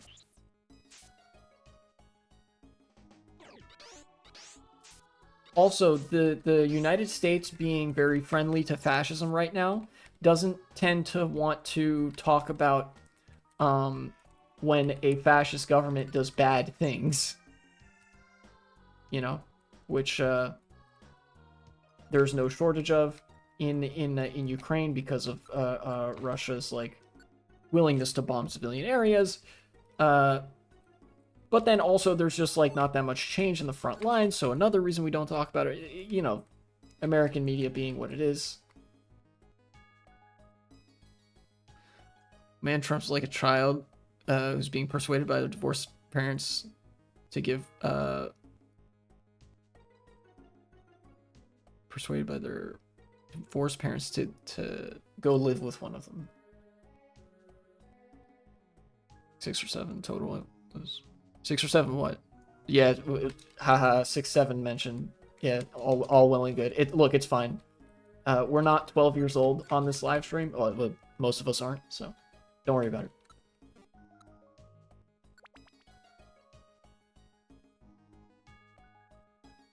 Yeah, Trump is like, in a way, he's very, you know, childish, but really, you know, I think the best psychological term to put to it is just ego-driven, simple and ego-driven. You know, he wants to be a big real estate mogul boy with the fancy, in parentheses, extremely tacky,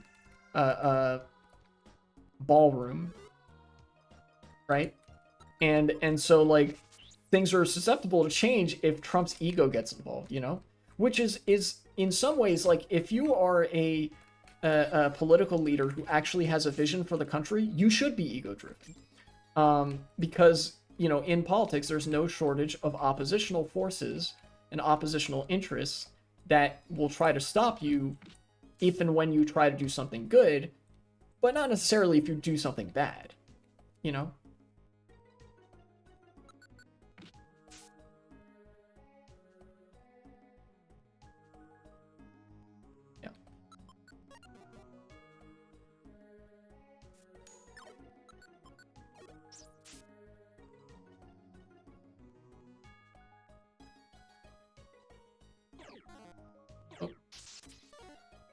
Thank you for targeting me and not Rattata. That would have sucked. 9th floor. Yeah, good Vigoroth. You fucking walked right into the arms of your partner this time instead of abandoning them. Jesus. Yes, I will leave the dungeon.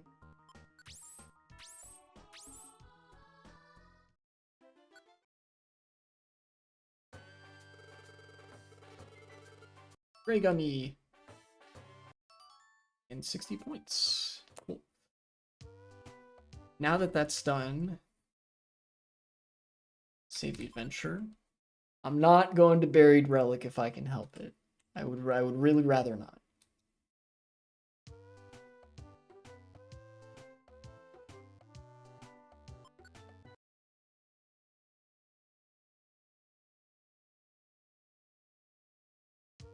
You know, I'm only level 35 in this game, which level 30 something is when you really start to like become a very strong Pokemon in Pokemon Mystery Dungeon. But like you're still in over your head.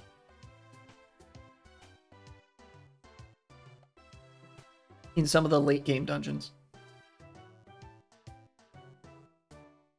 They mentioned, I think, in Lubach, how the news almost completely forgot about Ukraine unless it's about Trump. Yeah, because it's kind of like there's been a new normal established, and whenever there's a new, like a normal thing that's been established as like, yeah, that's been happening, they don't really talk about it unless there's some really significant change, you know? And I think that's the, like, that's the most normal explanation I can muster of it, is that the war's just been going on for several years at this point. You know, for 3.5 years. Next year will be 4 years, actually. And there, since, like, mid to late 2022, there hasn't been that much change in the front lines.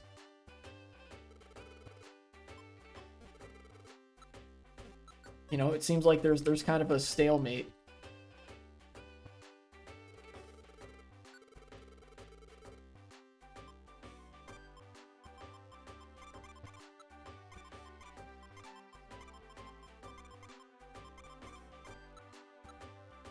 Yeah, let's put that one. Else? No. Now take some items. Give me an apple. Give me the gray gummy. Hold items. To be fair, a lot of extra people would also hop off the news much more.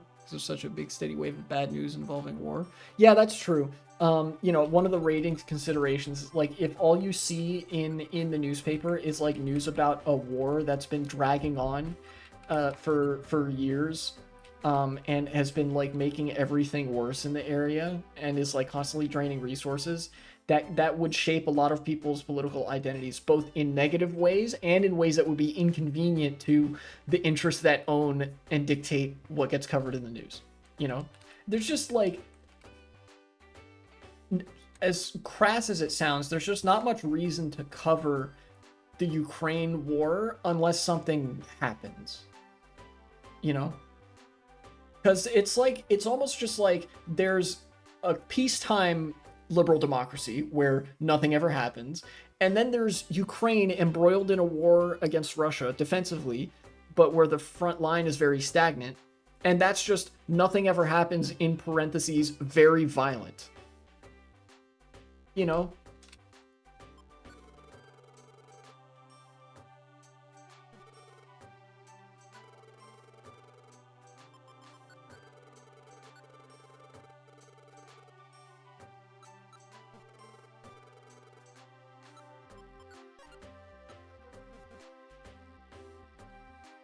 And that's kind of like I just wish that the you know, like, Russia shouldn't be able to, the only reason that Russia is like able to like able to drag the war on for so fucking long is because of two things, for yeah, two things. Number one, they reorganized their entire economy around the war effort, and number two, the West like completely undercommitted to reestablishing a state of peace where Russia doesn't just get to like invade Ukraine or whatever. You know, like the military industrial complex kind of just didn't wanna, because like, yeah, well, we'd rather continue fighting this war for several years. Literally, it's some Metal Gear shit. They'd rather have a war going on where they can send soldiers to get real battlefield experience and training, where mercenaries can make their money, where arms manufacturers can make their money, where military contractors of all sorts can make their money, rather than have like a stable geopolitical situation. I guess in this sense it is kind of stable, it's just more violent and more people die. You know? Something, something, war capitalism, something. You know?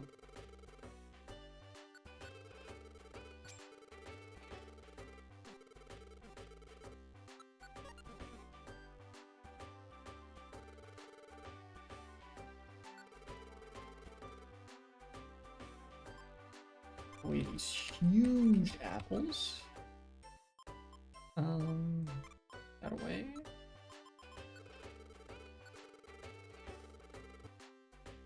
Nope. I said I was gonna do the Makihita Dojo and then I didn't. That's fine, I can do it today. Jobs I have though. I have one open job slot. Castle map, blaze map, freeze, my tower. I don't have any of those. But I already went to Mount Freeze.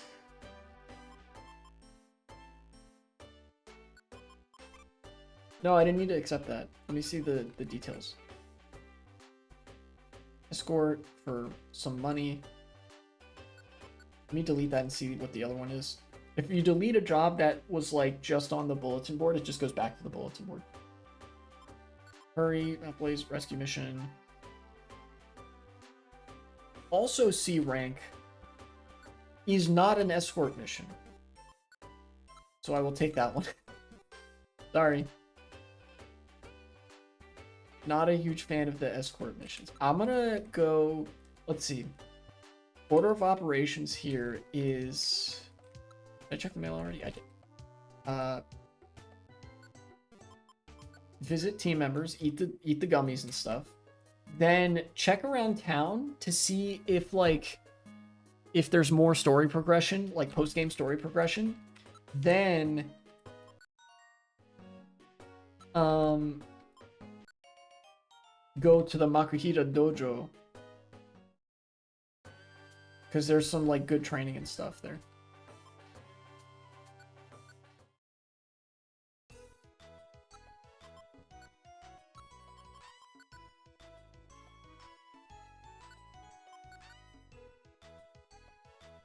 Special defense. Attack. Very good. There we go. Peter. Great. Now I'm gonna visit not Longshore, because Longshore is level 21. I'm gonna visit, I think, Jack. Yes, Jack is a Spearow. We have Jack, we have the King. Magnetar's level 23, Cooper level 17. Oh, this is the Zigzagoon. Oro's level 15. Oh, okay. Okay, yeah. Jack. Join the team.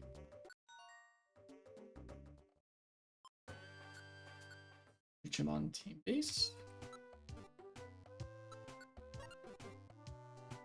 I think in order to do the Makuhita Dojo, you have to have no items. So I'd have to put away all my stuff. I'll double check though.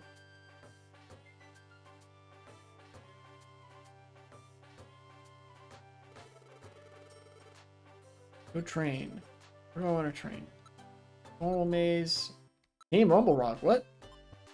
Oh, you can train against the teams. Oh, that's crazy. All right, I didn't know you could do that. Let's start with the normal maze. Oh. Wait, you can just go in there with all your items? That's crazy. Okay. Free experience points, I guess. Let's go. And there's a reason I'm doing this. These mazes, you can repeat them an infinite number of times. You can come here and train as much as you want, which is cool, by the way. I love that. But you do get an indication of when you've beaten each one of these mazes. You get, for beating them at least once, you get a little star next to the maze after you've done it. Which is what I'm going to do here.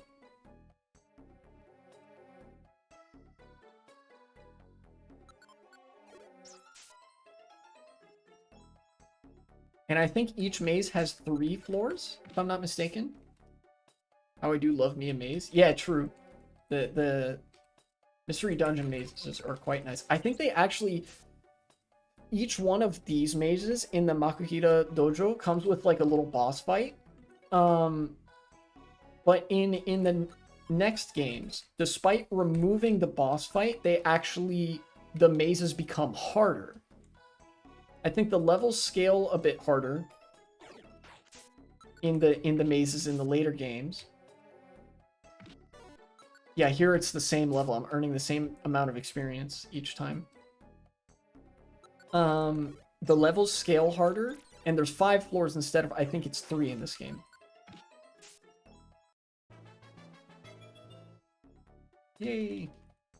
Leveling up.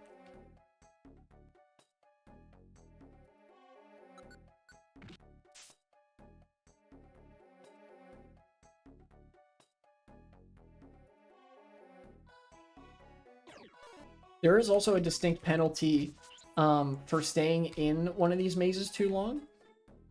Each dungeon has a timer, like per floor, I think it is, where if you stay on a floor for too long, it'll say, oh, something's stirring, there's like some wind blowing or whatever.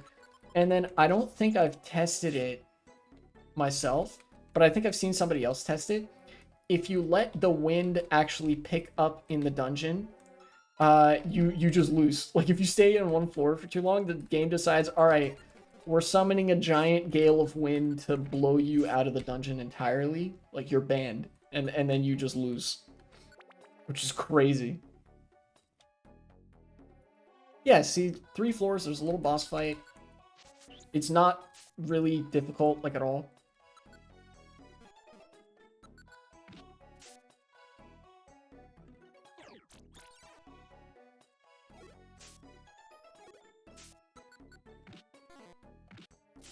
A minigame with 7 different types of mazes that are each like 100 meters. Backrooms type maze, hot, cold, water type, etc. That's cool. Like Minecraft minigame. You've succeeded! May the success drive you to train even harder. So then, if you go back in, now there's a little star next to the normal maze, and it's highlighted green because I have beaten it. Now what I'm going to do is go to the fire maze. I'm just going to go down the list of mazes a little bit.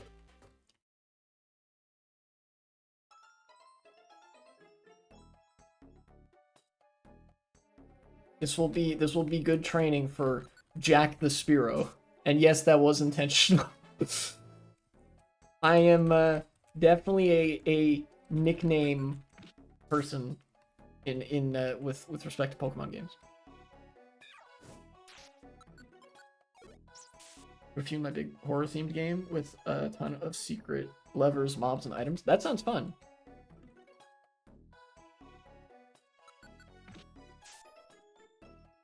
Yeah, it is a lowercase lol tier nickname. Sometimes I'll get creative with the nicknames though.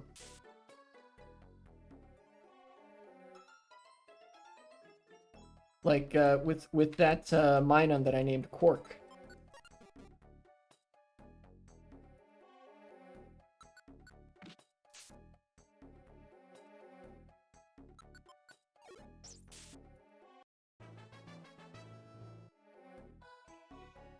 Jack's leveling up decently fast.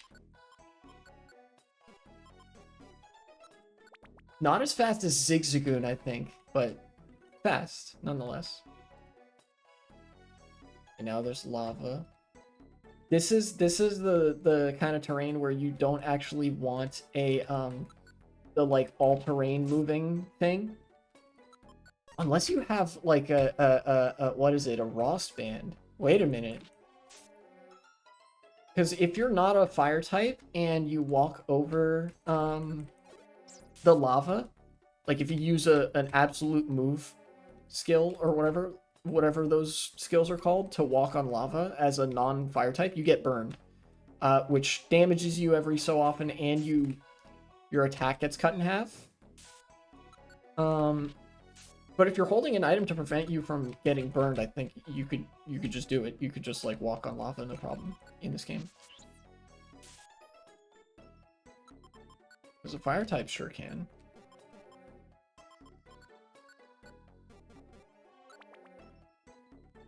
Third floor. What we got? Okay. Get out of here.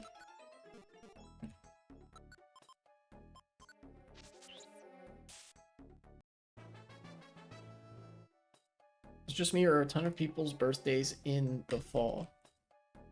Yeah, I guess so.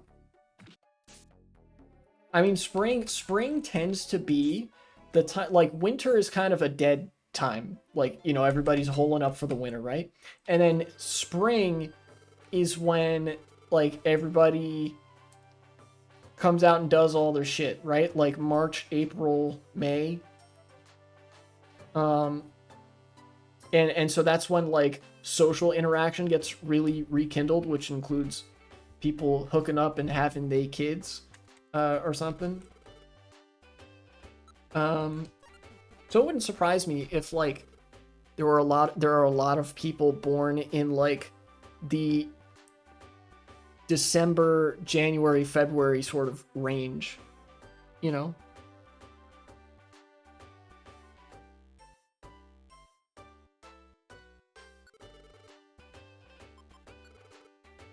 Yeah, water maze. I think even though this is the water maze, I think oh no, wait, I'm wrong. I was gonna say I think I thought there would mostly be Ammonite and Kabuto here, but I guess they have Poliwag.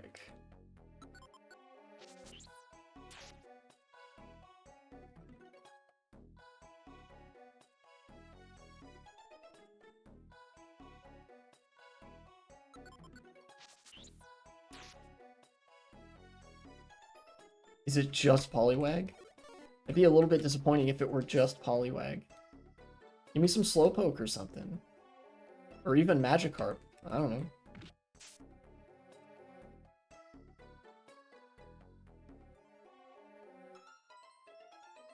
Maybe the next floor?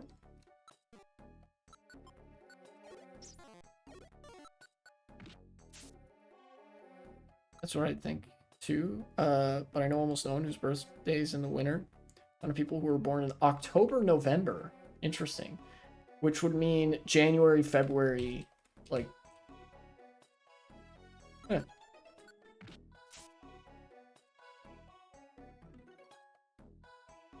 I don't know how that happens. I'm sure there's like a pretty sensical, like, I'm sure there's an explanation, right? As to like why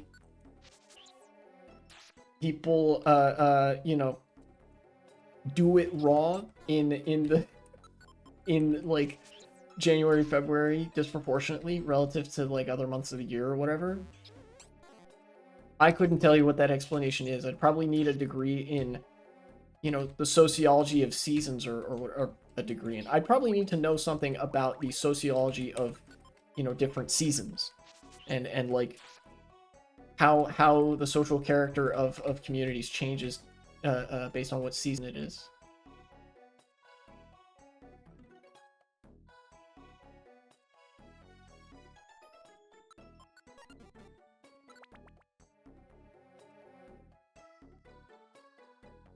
Yay. Be careful, your opponent. Oh wow, so it was literally just Poliwag the whole time. Wait a minute, this guy's actually a genius? Unless he's the dumbest man. He's so dumb that he turns into a genius.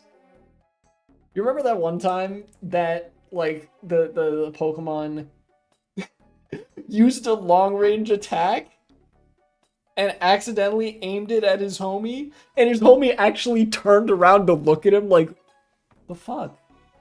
You know? I think that happened again, and initially I was like, oh dude, he's a genius, because Poliwag's ability is water absorb, so if you use Bubble, that's going to heal a Poliwag. And so initially I was like, oh, he's healing his teammate. It's like, in concept, that's pretty smart. But then I realized that Pokemon in this game don't know what ability you have. So this dumbass shot Bubble at his teammate trying to hit Mudkip and didn't realize he would hit his teammate, but it's okay because his teammate has water absorb. So he was so dumb that it looped back around into being smart again. Netherlands like a medium climate, or like our winters are calm, or used to be when me and my folks were born. Climate change kind of changed that, of course.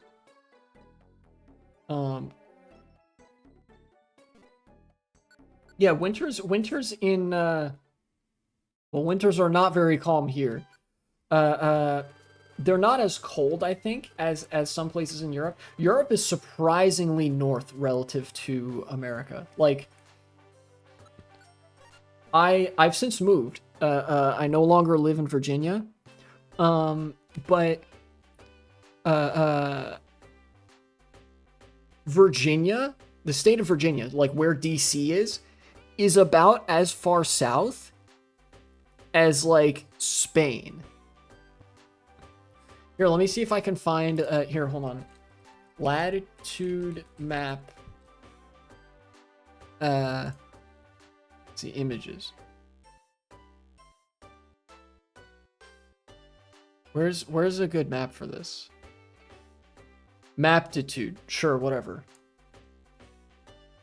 Let's see if this shows this very well. Maybe not. Here, hold on. Map of the world.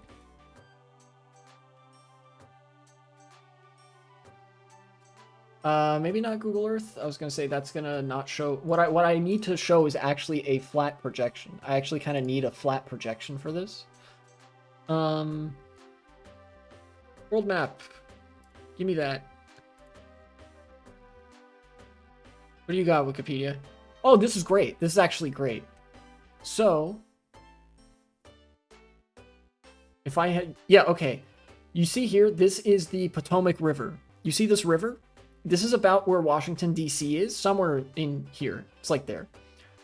So I'm going to position this magnifying glass, boop, right there, about where D.C. is, right?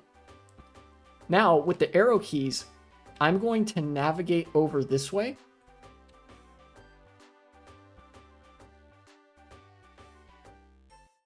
That's how far south things in America are.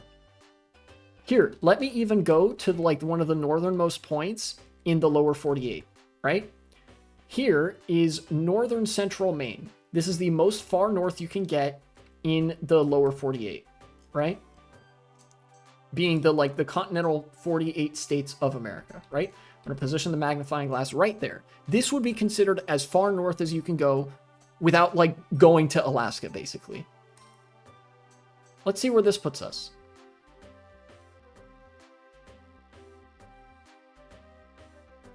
Central France, northern Italy, Hungary,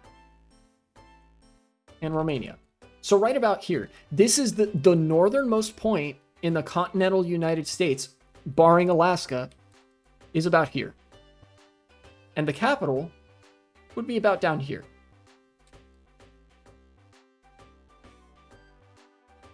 Now let's take a look at Florida. This is the southernmost point in the United States, in the continental 48 again. Where does this put us? Wow, look at that. Occupied Western Sahara.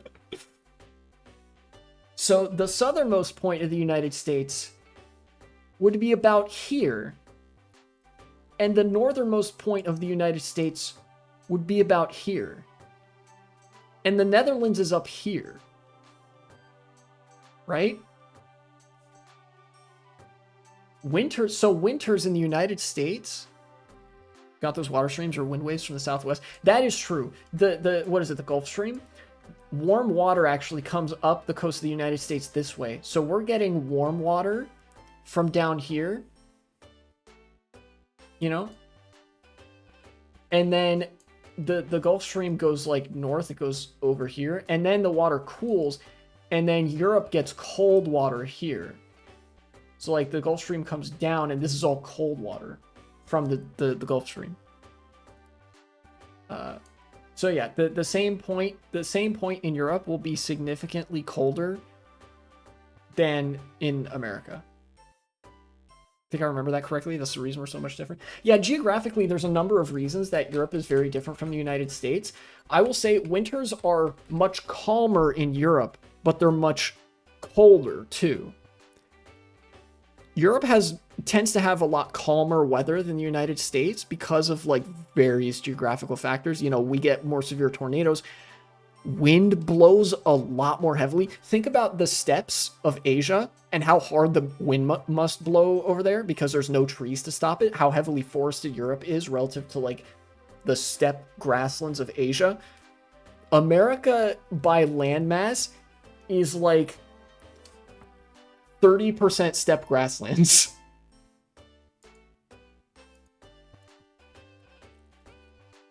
Here, let me show you what I'm talking about. Wikipedia, come to my aid again. Check this out. So here, let's use the arrow key again. So down here is swamp. So from here all the way up to here, this is not desert. This is all steppe grassland. You know, like Mongolian horseback riding, you know, bow and arrow type shit. That didn't happen here. That was the other steppe grassland. But this is all that same kind of biome. Right? And then over here is where you get the desert and like mountainous terrain. But look at what's happening here. You have the Appalachian Mountains over here, and then you have a very like forested area with a lot of rivers here. And then you have mountains here. You actually have some mountains here. This whole steppe grassland is boxed into the west and east.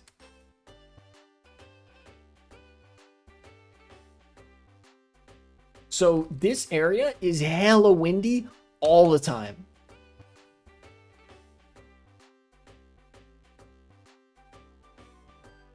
And that's just one major region of the United States. That's, you know, that's not mentioning everything east of the Appalachian Mountains or everything between the Appalachian Mountains and the steppes. That's not to mention the Appalachian Mountain region itself. That's not to mention the southern you know, mountain range in the west that's mostly desert. That's not to mention the northern mountain range, which gets into like cold, barren wasteland or boreal forest type of biome, or the west coast west of the mountain range, or the very northern tip of the like steppe grasslands where you're kind of like at the mountain's edge. It's a very geographically fascinating place, but also much more meteorologically volatile than Europe. And on average, a lot warmer. Except for the steppe grasslands, because that is the steppe grasslands, and there is no temperature moderation there. Summers get hellishly hot. Winters are extremely cold.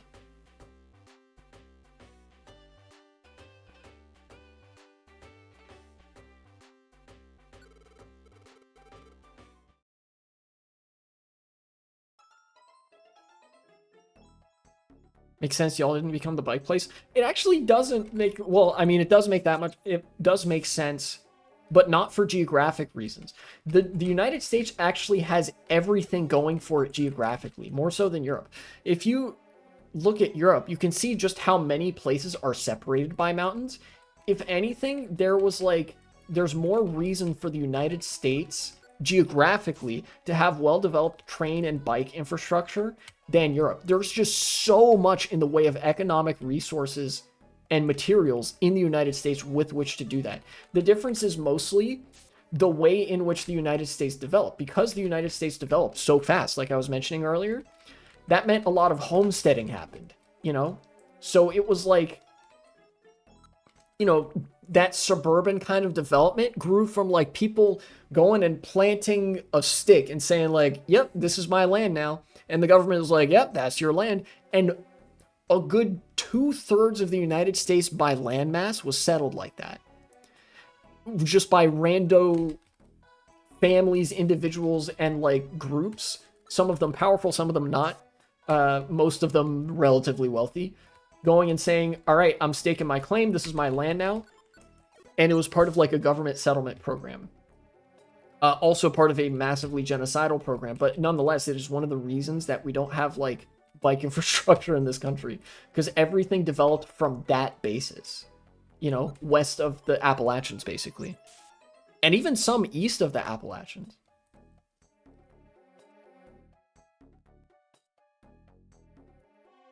You know?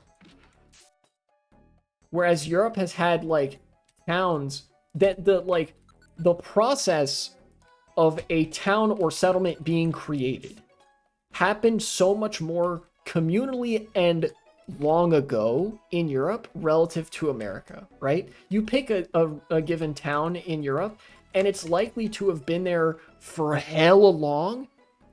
And if you go back to like the founding of that town, like in fucking thousands of years ago, it's likely to be like, oh, there were some like tribes living in the area and they had a settlement and it kind of grew because the tribes were all there. And over thousands of years, it developed into a town or a city or whatever else. Whereas in America, you pick a random town and it's likely to be way more recent. And then something like, oh yeah, such and such built their house here a couple hundred years ago. And then like it became a waypoint for travelers. And then like, I don't know, some other person built their house close by. It's a lot less social to begin with, if that makes sense. Development in the United States like that.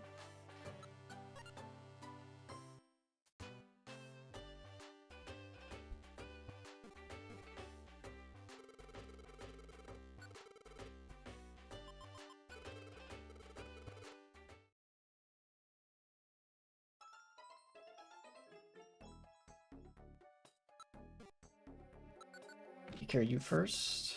There we go.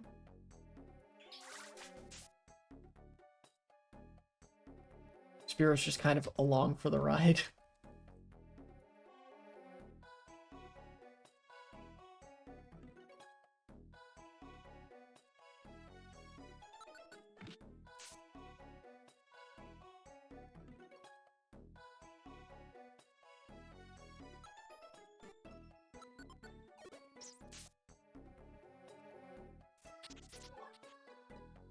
Charging power. Doesn't it, like... I don't know why, but it doesn't show that, like, their special defense increases when they do that. I don't know.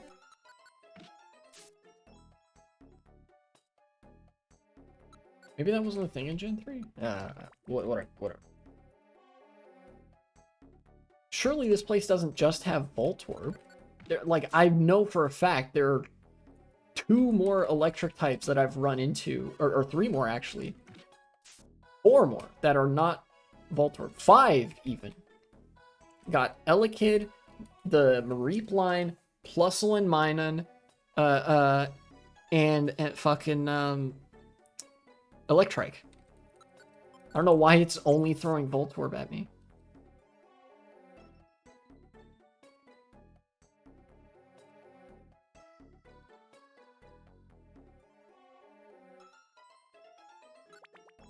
Let's see what the boss is. Oh, okay, yeah, they do have some Electrike here at the very least.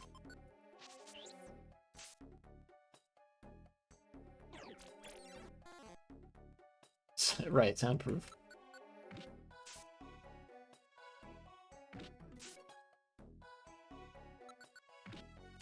Alright. Cool, I have cleared that maze.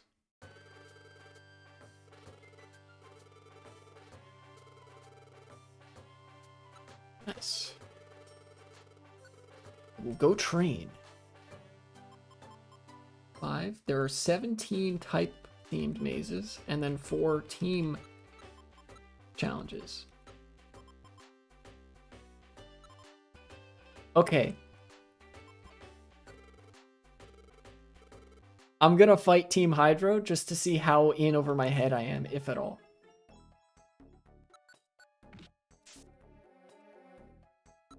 So it starts with the water maze. I'll just spend some time here, I guess.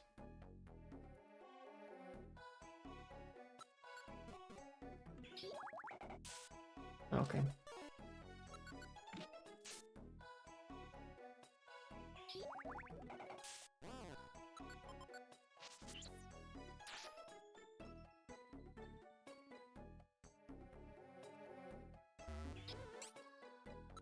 Aha, insomnia. Perfect.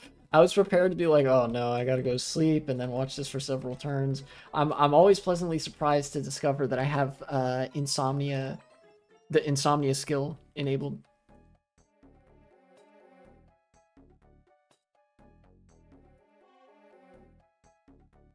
I should say skill in this game. In real life, insomnia is debilitating. In this game, it is a skill.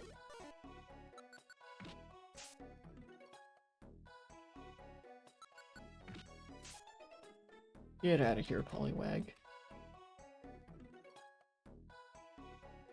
I wonder if there's something... I don't remember if there's anything you get from doing all the mazes.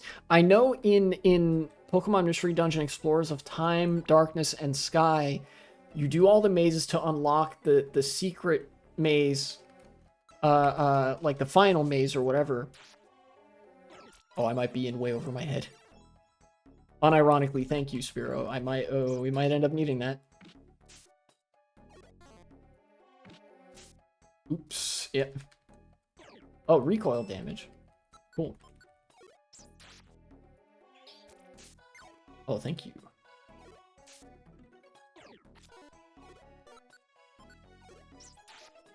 Oh, okay, never mind. We're good. Oh, I should have used sleep powder. I'm silly. I'll make sure to do that now, and also next time when I fight another team boss fight.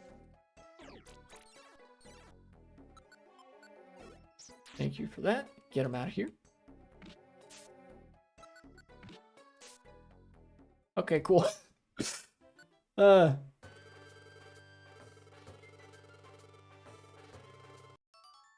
I was ginseng. Oh, okay, I got an item from that. Cool.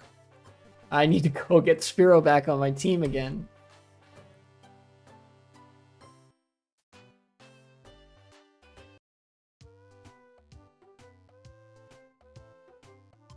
Alright, Jack. Sorry about that.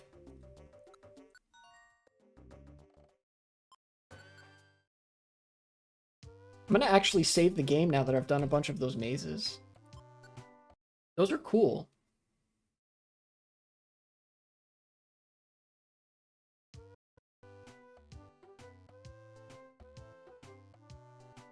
Although, as a balance feature, I can kind of, in a way, understand why they revamped them and made them require, like, tickets in the remakes. You know? Let's do Team Constrictor now. See what that gets me. I'll try to remember, Oh, okay. I'll try to remember to use, items.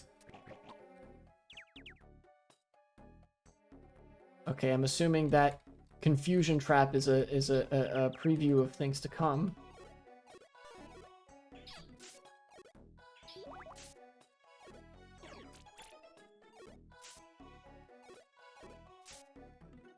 Also stream above 2 hours. Yeah, I was thinking about streaming for a bit longer today. Just to see, like, what kind of progress I could make in the game. Because I didn't have, like, that much else to do. Alright, I gotta kind of be on alert versus these Tentacool. You know? Get him out of here.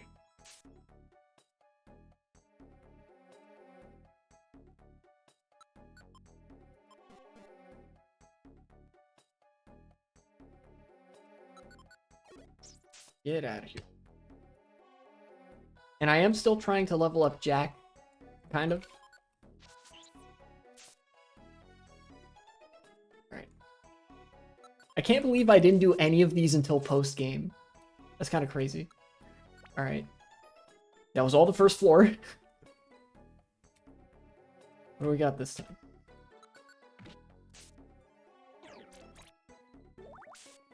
Bubble Beam? That's all good. We good.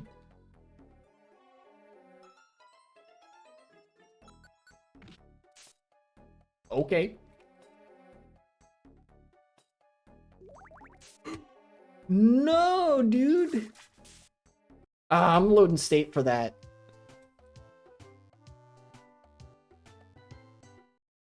I specifically wanted to train Spiro, and then they just snipe him like that. Where do you want to train? Team Constrictor. Alright, let's see what's up.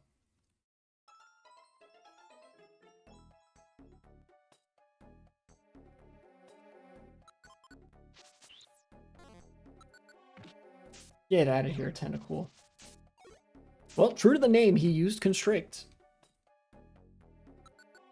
As no lies detected.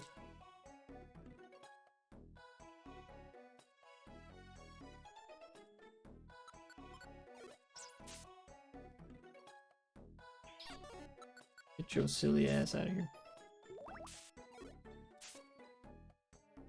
Anything this way? Yes, there is. I don't know why I'm exploring all these rooms. There's no items in any of these. I guess just to, like, level grind a little bit.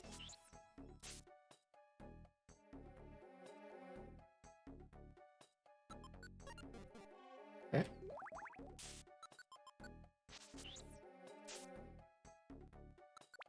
Next floor.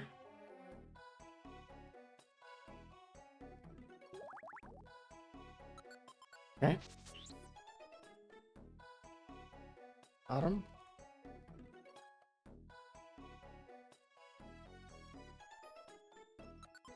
Hello.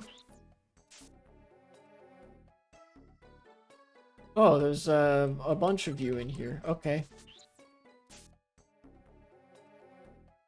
Oh, but they're all asleep. I see. And now Jack is level 12.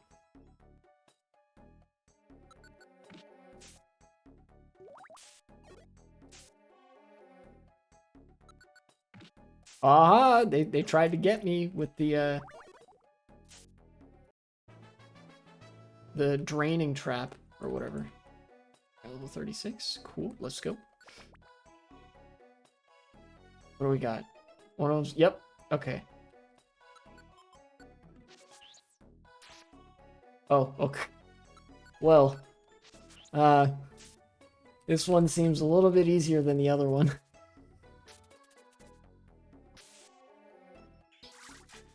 Yeah. Okay.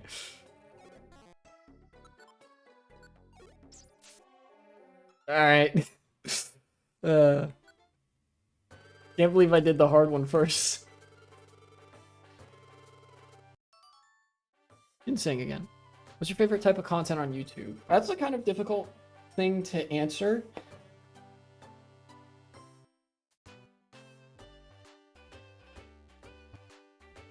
I like political analysis. It's like a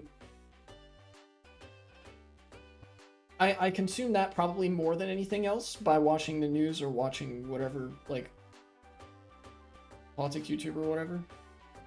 And I feel like it actually has, over the years, helped me get a lot smarter and understand things a lot better. But I don't know if it's necessarily the content I have the most fun watching. I guess, you know,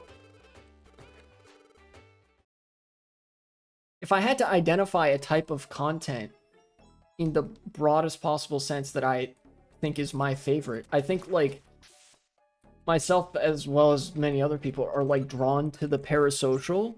Like, you know, if somebody is, like, charismatic and personable and is, like, good at doing the YouTube thing, I kind of enjoy their shtick regardless. Like, an example, a couple examples being, like, Broski and Brian F for Street Fighter stuff. Or, like, Unlearning Economics for economics stuff. You know, it's, like, the same kind of quality that I enjoy. But as far as, like, what kind of subject, I don't know. I guess I prefer longer form YouTube content. I like to watch videos that make me feel like I'm using at least some part of my brain, you know? Like with fighting games, for example. Fighting games have system mechanics because they are systems. They are, like, very complex and have very large numbers of, like, moving parts that interact with one another differently. And trying to understand that and learn that is enjoyable to me, I guess. And, like, hearing somebody talk about it feels educational at times because, you know, I play fighting games and that sort of thing.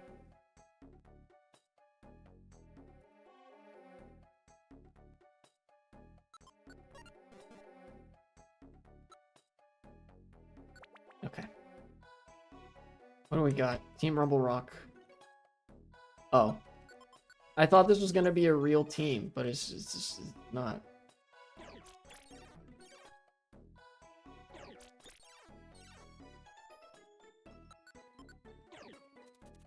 Or do this so they don't use magnitude. Thank you, Mudkip. Very cool. Would you care to use Water Gun or Mud Slap? Thank you.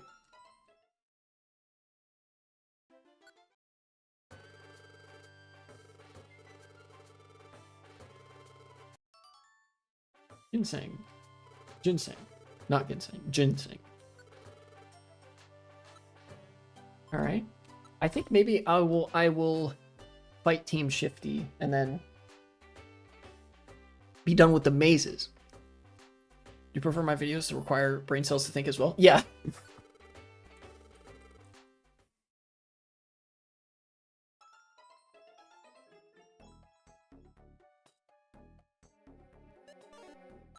I think that's Shiftry's team.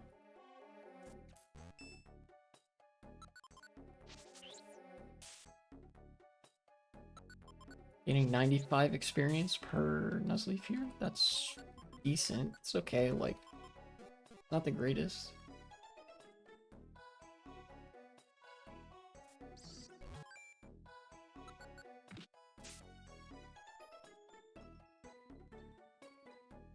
I do think one thing I like about the later Mystery Dungeon games, Pokemon Mystery Dungeon, is that they greatly increase the amount of experience you would get at certain points in the game.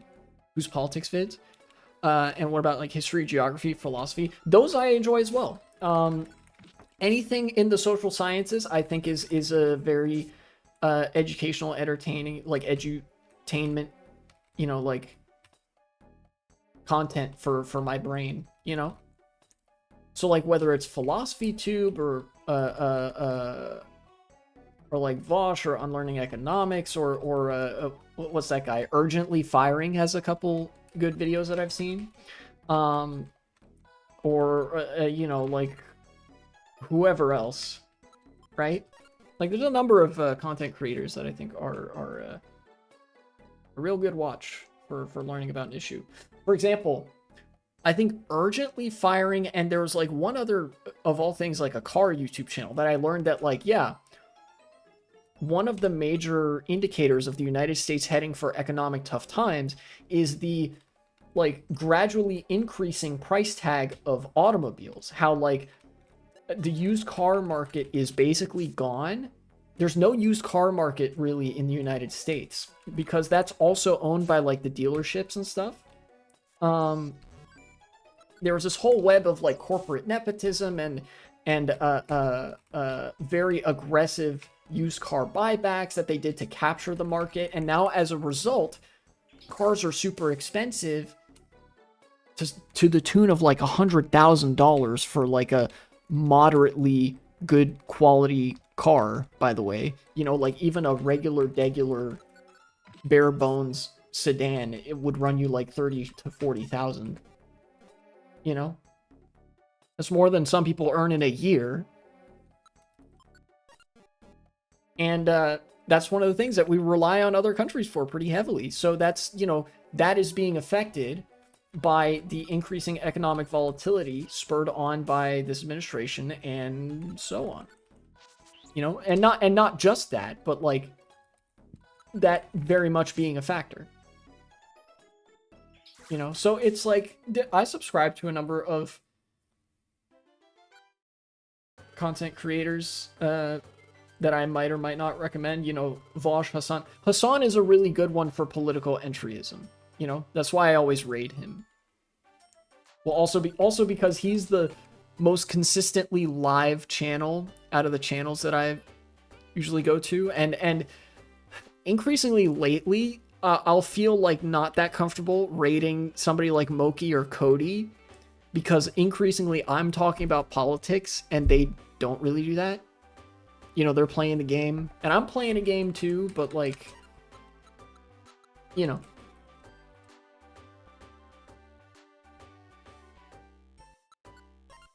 But then with a content creator like Aoife, when she's doing like just variety streams, which has to do with like geography or media or whatever else, I feel like that's more adjacent to politics, so I feel more comfortable rating somebody like that. So now, just like that, I've beaten all of the team-themed ones. Start watching him as well from time to time. Yeah, and Hassan is like a lot smarter than his aesthetic would suggest, I think.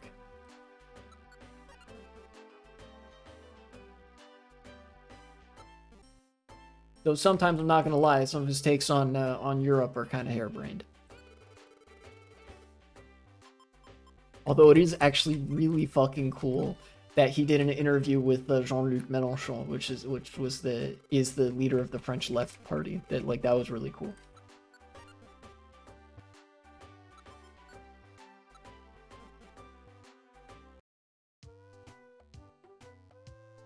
I think one more dungeon is in order, probably. Maybe Great Canyon. I'll do Great Canyon. How is Jack holding up? Level 13? Okay.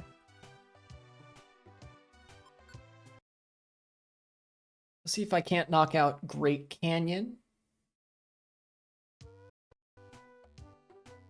And then I will probably end stream there.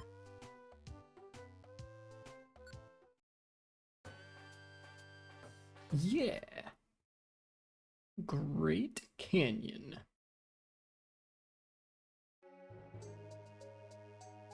Oddish is my client here.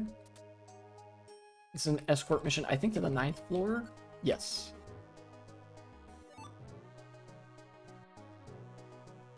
Oh, this music is so good.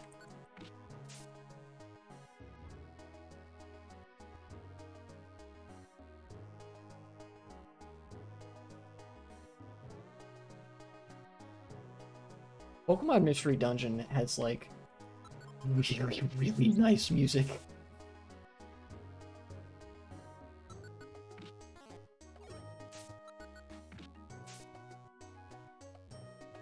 This also does feel like a great canyon. You know, I feel like the music, not only is the music really good, it also fits the theming really well. Yo, what's up, Cryoraptor? Yeah, it's been a little while.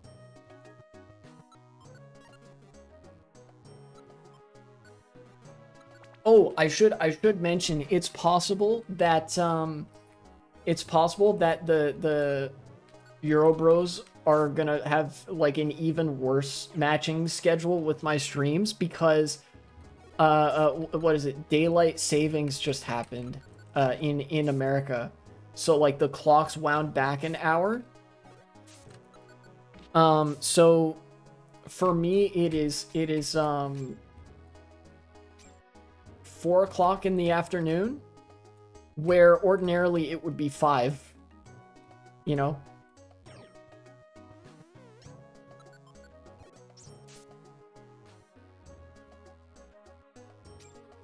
Forgot to have a tea or coffee of any kind, so now I have horrible withdrawal even though I've had 12 tea bags. Ouch.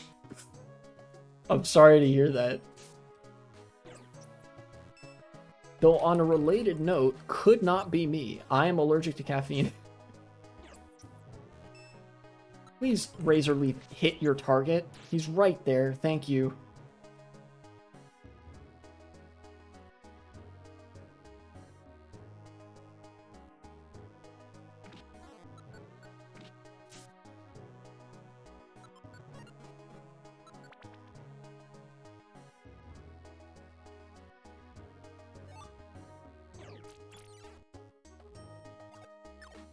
Think Snap Death will affect grocery prices?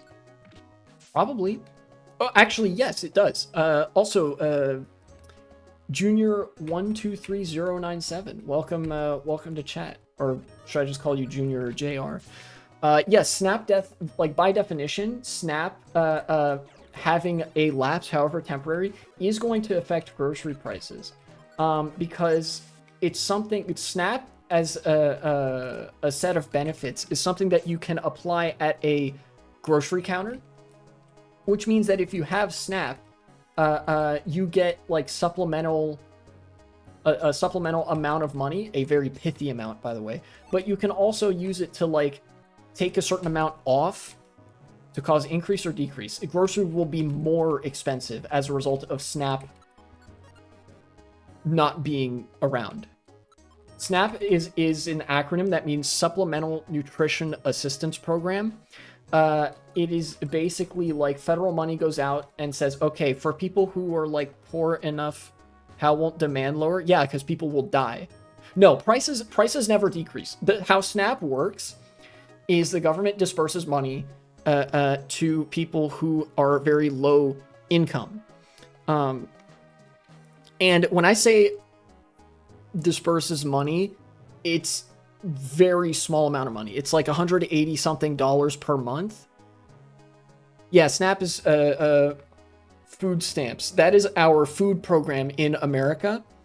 It is extremely marginal. You only get, like I said, 180 something dollars a month if you're poor enough to qualify. You know, it is a means tested program, and with that money you can buy food. That's the program. If people don't have that money, they will starve. To be poor enough to have that access to SNAP, you have to be at most 130% of the poverty line, which means you have to only be getting $1,600 a month or less in America. Number of kids can change the price. Yeah, that's true. It does vary based on how many people, but it is not a lot of money. Certainly not relative to like people's monthly expenses, even just for groceries. The point I'm trying to get at is that it is marginal. And as a result of it being so marginal, if it goes away, people are going to be hurt by it all the more. Because even if you're on SNAP, you are struggling, you know? And that's 1/8 of Americans. There have been several interviews and to such an effect that we know that people are going hungry without SNAP. Like, people have to skip meals, sometimes even with SNAP, but without it, it will be even worse. And food banks and grocery stores oftentimes receive in-kind food aid from the government as a result of SNAP. And that food aid has been canceled. They're no longer receiving that food aid. So the amount of food is lower, and people don't have the money to pay for food. If it's so marginal, then wouldn't it not matter that much? No, actually, that's the paradox. By virtue of it being so marginal, it's only going to matter to the people who really fucking depend on it. You know? If you have enough money that $180 a month wouldn't be make or break, you wouldn't be eligible for SNAP anyways. The reason SNAP is marginal is just because America hates poor people. I reckon I have a different view. Then your view is incorrect. You can take a look at the economic statistics of food insecurity in the United States and reconcile that basically with your view is incorrect, actually. No, but nice try. Nah, SNAP going away is like really bad. Thankfully, it might not be going away, but yeah, a lot of people depend on that very meager 180 to 300-ish dollars a month. Many people were seeing thousands of from SNAP, Lamau. Yeah, lifetime probably, because like many welfare programs in America, it is what's known as a poverty trap. Because of how stingy we are with giving money to poor people, oftentimes it will be a condition of programs like welfare benefits. No, not lifetime. I would love to see a source for that isn't like Breitbart or the New York Post, please.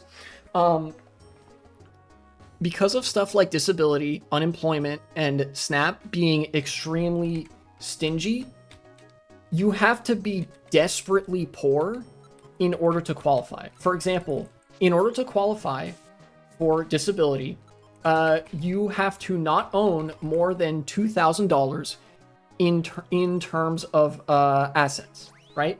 Any assets. This includes, by the way, if you own a car. If you own a car, automatically, it doesn't matter how wheelchair bound you are no longer able for a significant percentage of the welfare programs in America. And that car might not even be an asset. You could be in debt, and you wouldn't be eligible for benefits. Source, please. I asked for a source, not a number.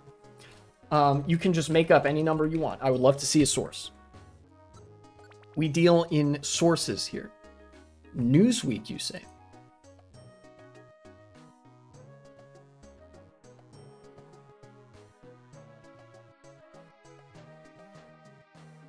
I am not familiar with this aesthetic of Newsweek. SNAP benefits are paid for by the federal government. Yes. Okay. Ah, yes, EBT cards. That's right. That's how SNAP benefits are administered. A single recipient receives $445 per month on average in what? Hawaii? Oh yeah, of course. In Hawaii, you're gonna receive $400 a month on average. The cost of living is fucking nightmarish in Hawaii. Yeah, of course it's going to be high there. Everything is expensive in Hawaii. You've been to thousands, Minnesota.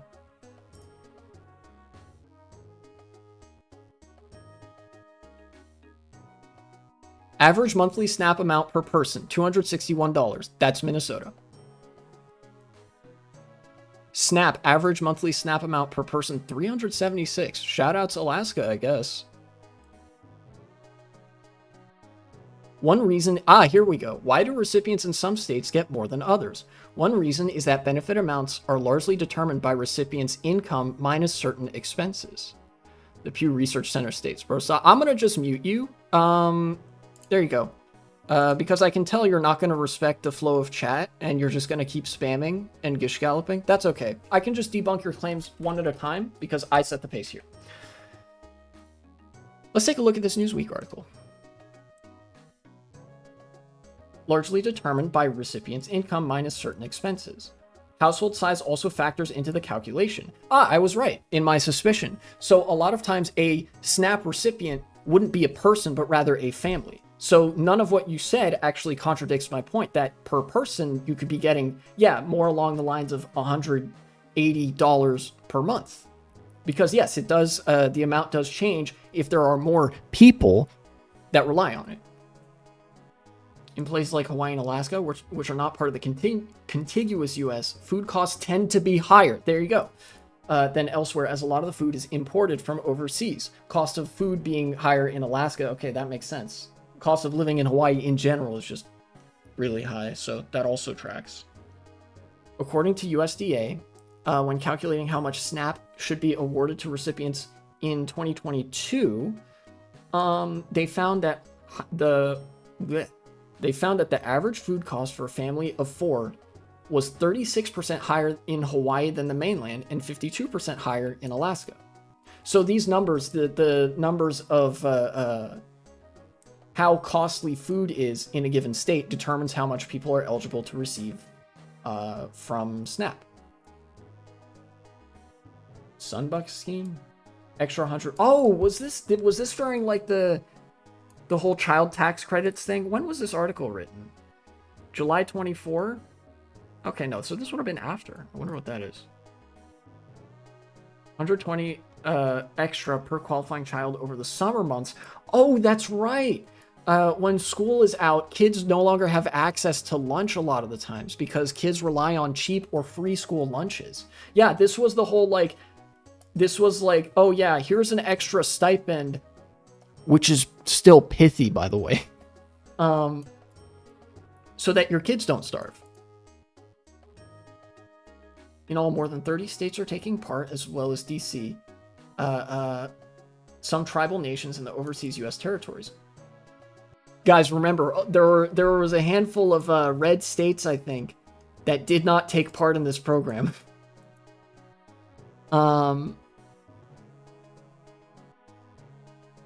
34 states. Which states didn't do it? They don't list the ones that don't do it.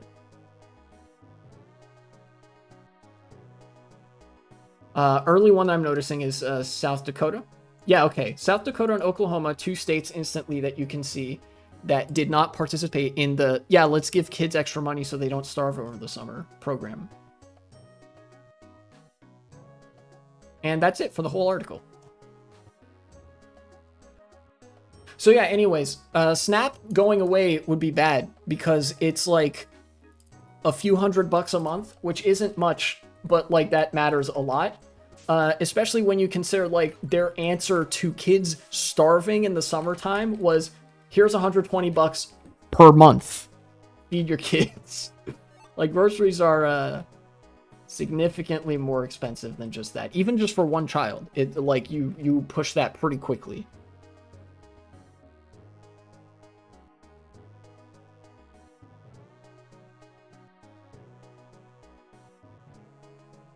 But yeah, anyway, as I was saying, SNAP being gone would result in millions of people, at the very least, being severely food insecure, which is a nice way of saying starving. But thankfully, because of 2 federal judges that ordered that the government actually has to disperse money that was specifically marked to be dispersed for food stamps in case of emergency, it looks like we might not have to worry about that immediately. Again, that could still be a consideration in the future. But for now, it looks like there's a combination of, you know, the government maybe having to pay out the benefits that it is legally obligated to pay out, as well as states picking up the tab. Could prevent like 40 million people from going hungry. I think that's good, probably. But I'm also not a Republican, so there's probably a substantial difference of opinion there.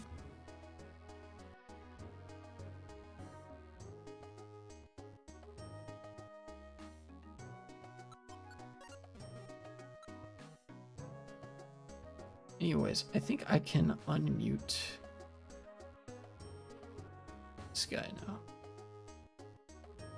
I haven't been kicked in the head by a horse, so I'm not a right winger. True, neither have I.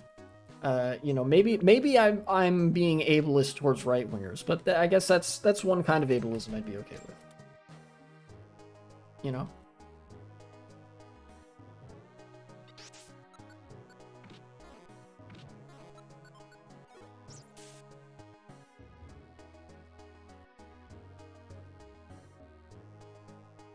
Here, let me, in fact, time out.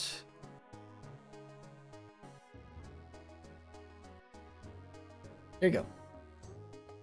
I don't think there's like an untimeout command, so I just timed them out for 1 second. If you keep spamming, though, you're going back in the hole again. I don't even know if they're still here. But look, they asked about Snap. Yeah, there's you know, the only major, or I think one of only 2 major food programs in the United States going completely kaput would be pretty bad, especially because 40 million people rely on it, and by rely on it, I really do mean rely on it. Like if you earn little enough money that you would need or even be eligible for SNAP in the first place, you're already in debt, statistically speaking. Like you are going through it economically. And SNAP is like the absolute bare minimum the United States saying fine bitch here so that like people don't necessarily starve.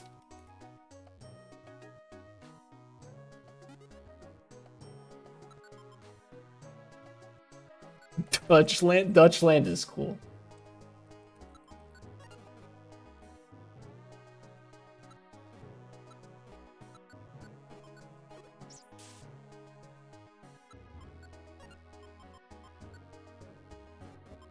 What floor was I looking for? 9th floor.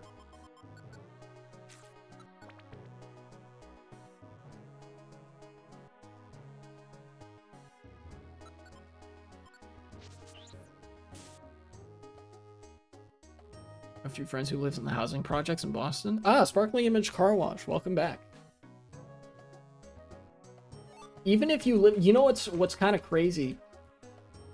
Even if 80 per month, that's crazy. I was gonna say sometimes even people who live in the projects or like rent stabilized housing are not poor enough to qualify for SNAP. You know? You can be above 130% of the poverty line and qualify for rental assistance in certain areas. You cannot be 130% above the poverty line and qualify for... Nice. You can't be 130% or more above the poverty line and qualify for food stamps. Like, that's the cutoff line.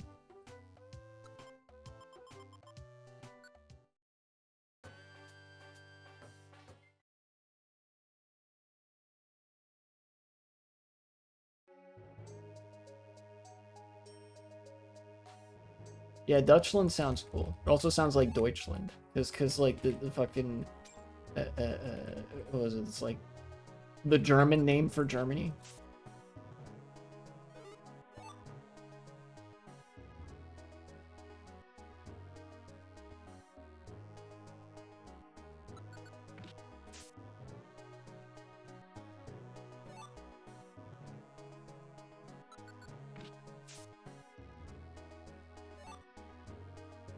What's that Doduo doing? He's like looking at the wall.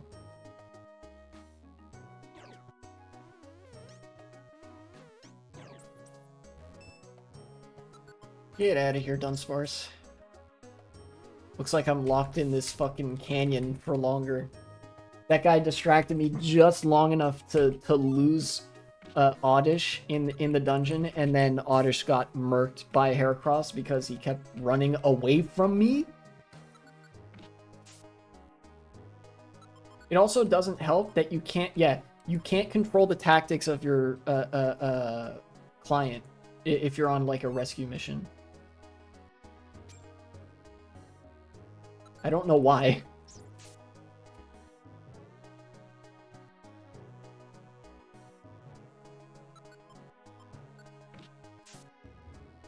Netherlandians.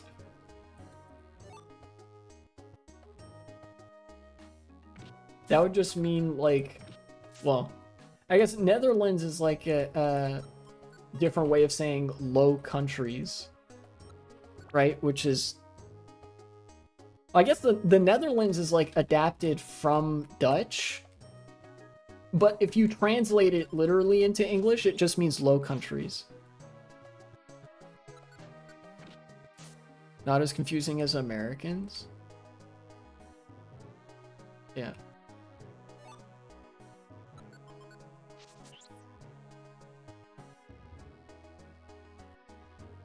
I once saw an interesting report that in Boston had a stop and shop near the projects in Jamaica Plain had more expensive food than a stop and shop at West Roxbury, which is predominantly white neighborhood.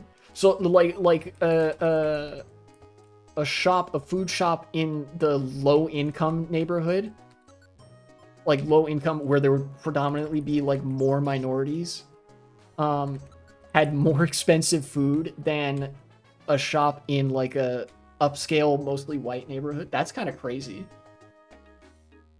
That's fucked up.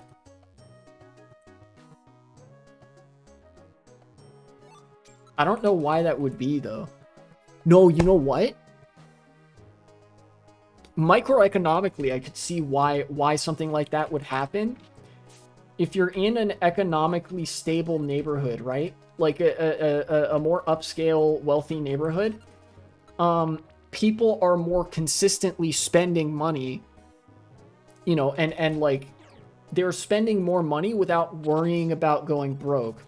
So the price of things per item could naturally avoid increasing. Like they wouldn't have as much incentive to increase the price because they would be able to make their margins without doing so.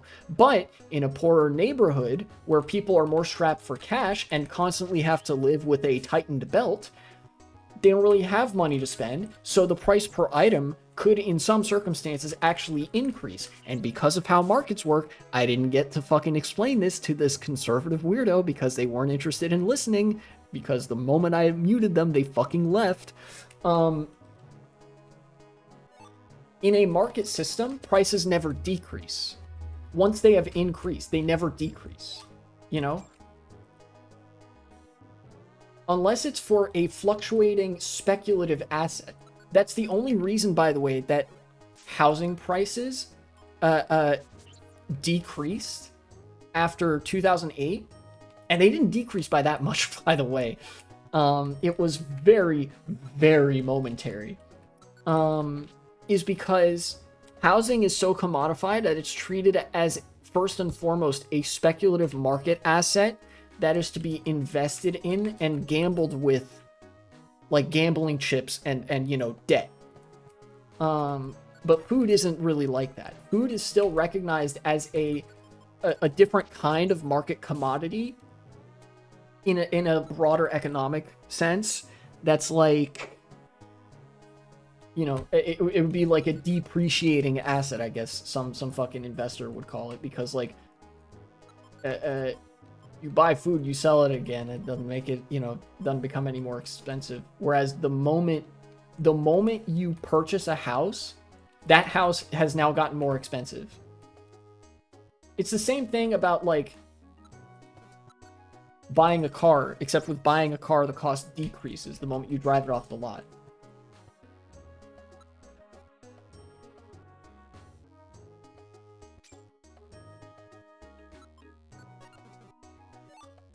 All that to say, damn, that's fucked up. That there's like Stop and Shop in the poor neighborhood that's more expensive than a Stop and Shop in the wealthy neighborhood.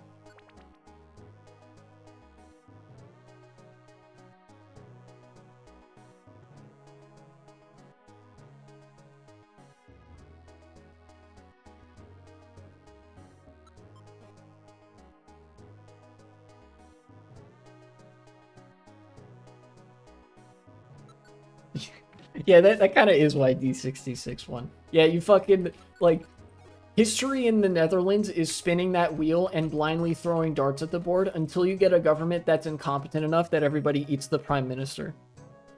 I should have mentioned that it was predominantly white, to be honest. Yeah, I mean, like, I could kind of just infer from that it was a wealthier neighborhood either way. You know, there just tends to be a racial character as well to neighborhoods of like different socioeconomic classes. And when I say like neighborhoods with more minorities, I don't necessarily mean there like aren't white people living in those neighborhoods. There are a lot of bumfuck poor ass white people in America, more than wealthy white people, God knows. But like it's less so that there aren't that many. It's less so that like, oh, there aren't any poor white Americans, because there are so many of them. It's just that there are so many fewer relatively wealthy minorities in America, you know, proportionally speaking.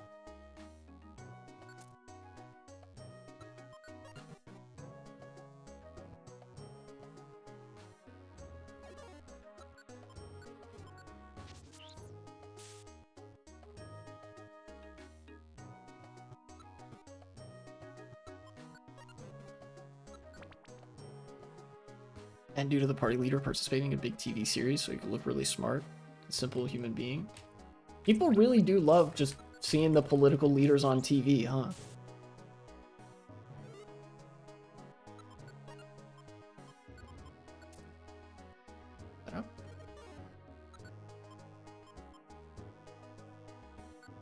At least someone isn't fascist anymore. That's true. Though if you once I put up the video, you'll see that like this is only a temporary reprieve, I think. I'll give the short version here. You know how in America, Trump got elected in 2016, took office in 2017, and it was pretty obvious that his cabinet was and the government was like very rapidly moving to the right and was like full of far-right weirdos. And then in 2020, Joe Biden got elected, and people were like, "Oh, thank fuck, back to normal." And then in 2024, Trump won the election, and now his government now is even like way worse than the last one. I think that's like, unfortunately, I think a version of that is happening in the Netherlands too, where you guys had the first government, or I guess in your case, the first 5 governments, because they can't fucking keep a government together to save their life, with the far right, which was mostly them just being really dumb, but not being all that openly fascist. Sure, they hated migrants, but they weren't doing all that much to like blatantly sabotage institutions that were like emblematic of democracy and the social state. You know, they started doing that, but it was still kind of like business as usual in a way. And now everybody's like, oh, thank God, back to normal with like the D66, a sensible alternative. I feel like that's going to be like the brief reprieve. And then the next fascist government, the next far right government is going to be like even worse. You know? And again, it's like, it's not 1-to-1, right? Like it's impossible to make a 1-to-1 comparison like that. But it's you know, it's a cycle. Don't expect the liberals to be in power for very long, especially if there's like no left populist party, you know. And even then, it's not like they're going to be that meaningfully different than the far right, because the far right are still neoliberals. They just also really hate migrants, you know. Country is and has been right wing for a long time, but right now don't have a good party as an option to get the right for the right wingers to vote, which got us in this mess. So I doubt this government will last for much longer. Yeah, that seems like a pretty significant problem. Though the solution there, like I say in the video, would not be for like the liberals or the left to appeal to the right. Rather, it's for them to make still left-wing appeals, but very emotionally motivated appeals, because people tend to vote on that.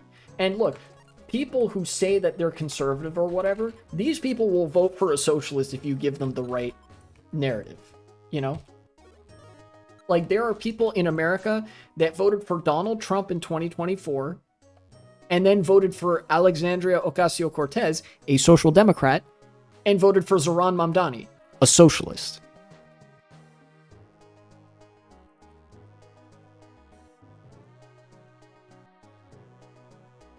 Get yet another collapse, which it'll probably push most people over the edge and lose all hope in the politics that was left. Yeah, I feel like, unfortunately, I agree. I think that's probably going to happen, you know, because I didn't mention it, you know, talking about what happened in the U.S., but there was involved in this process where like people just went to the far right, is that they were also like disillusioned and hopeless with like the sensible moderates and whatever, you know, that they were like, fuck it, just give me anything at this point, you know.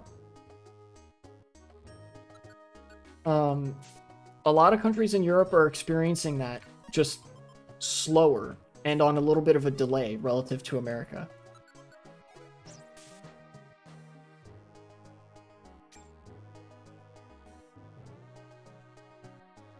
Former BBB not to be forgotten. R.I.P. Bozo.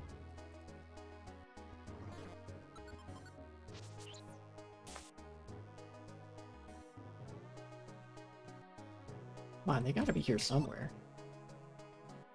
What? Why are you there? Same shit. You guys see this?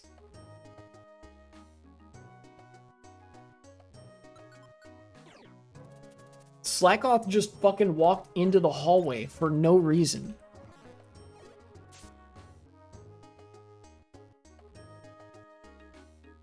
Okay. Thankfully, that's close enough for them to be considered as like, oh, you did it. It's funny how all right-wing votes are lost now that all the right-wing parties suck, even in the eyes of all the right-wingers. That's an interesting thing about Europe, is that a lot of the right-wing parties, when they fail, start to have that kind of relationship with their base. That's the relationship that the Democratic Party, which is the centrist or center-left party in America, has with their base. Everybody hates the Democratic Party, especially their own voter base. But in Europe, I guess it's like the far right party's base hates them because they're like not far right enough, or they're not willing to commit to the bid or something. You know? Oh shit, okay. I just get a new friend area. Alright. Yes, I will save the game.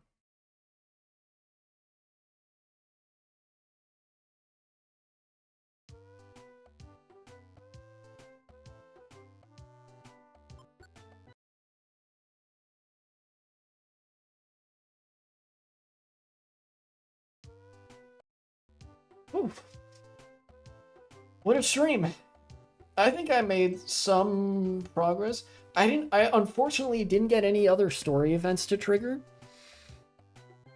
But I did go through a bunch of those mazes, and I did some jobs from the bulletin board, and I talked about interesting things. So now I'm gonna raid somebody and see who's live. Yeah, it's like there's in every political system, I feel like there's a party where it's like they're just kind of the default choice because it's like, well, the other party's worse, but nobody really likes this one, you know? Oh, speaking of Aoife, I mentioned her earlier. Raid Aoife B. Hope y'all enjoy Aoife B's stream. What is she doing right now? Movie Sunday, watching Kill Bill. Oh yeah, that's right. She was watching Kill Bill yesterday. She's doing so today as well. Kill Bill is great. Have fun. I'll see you guys next time.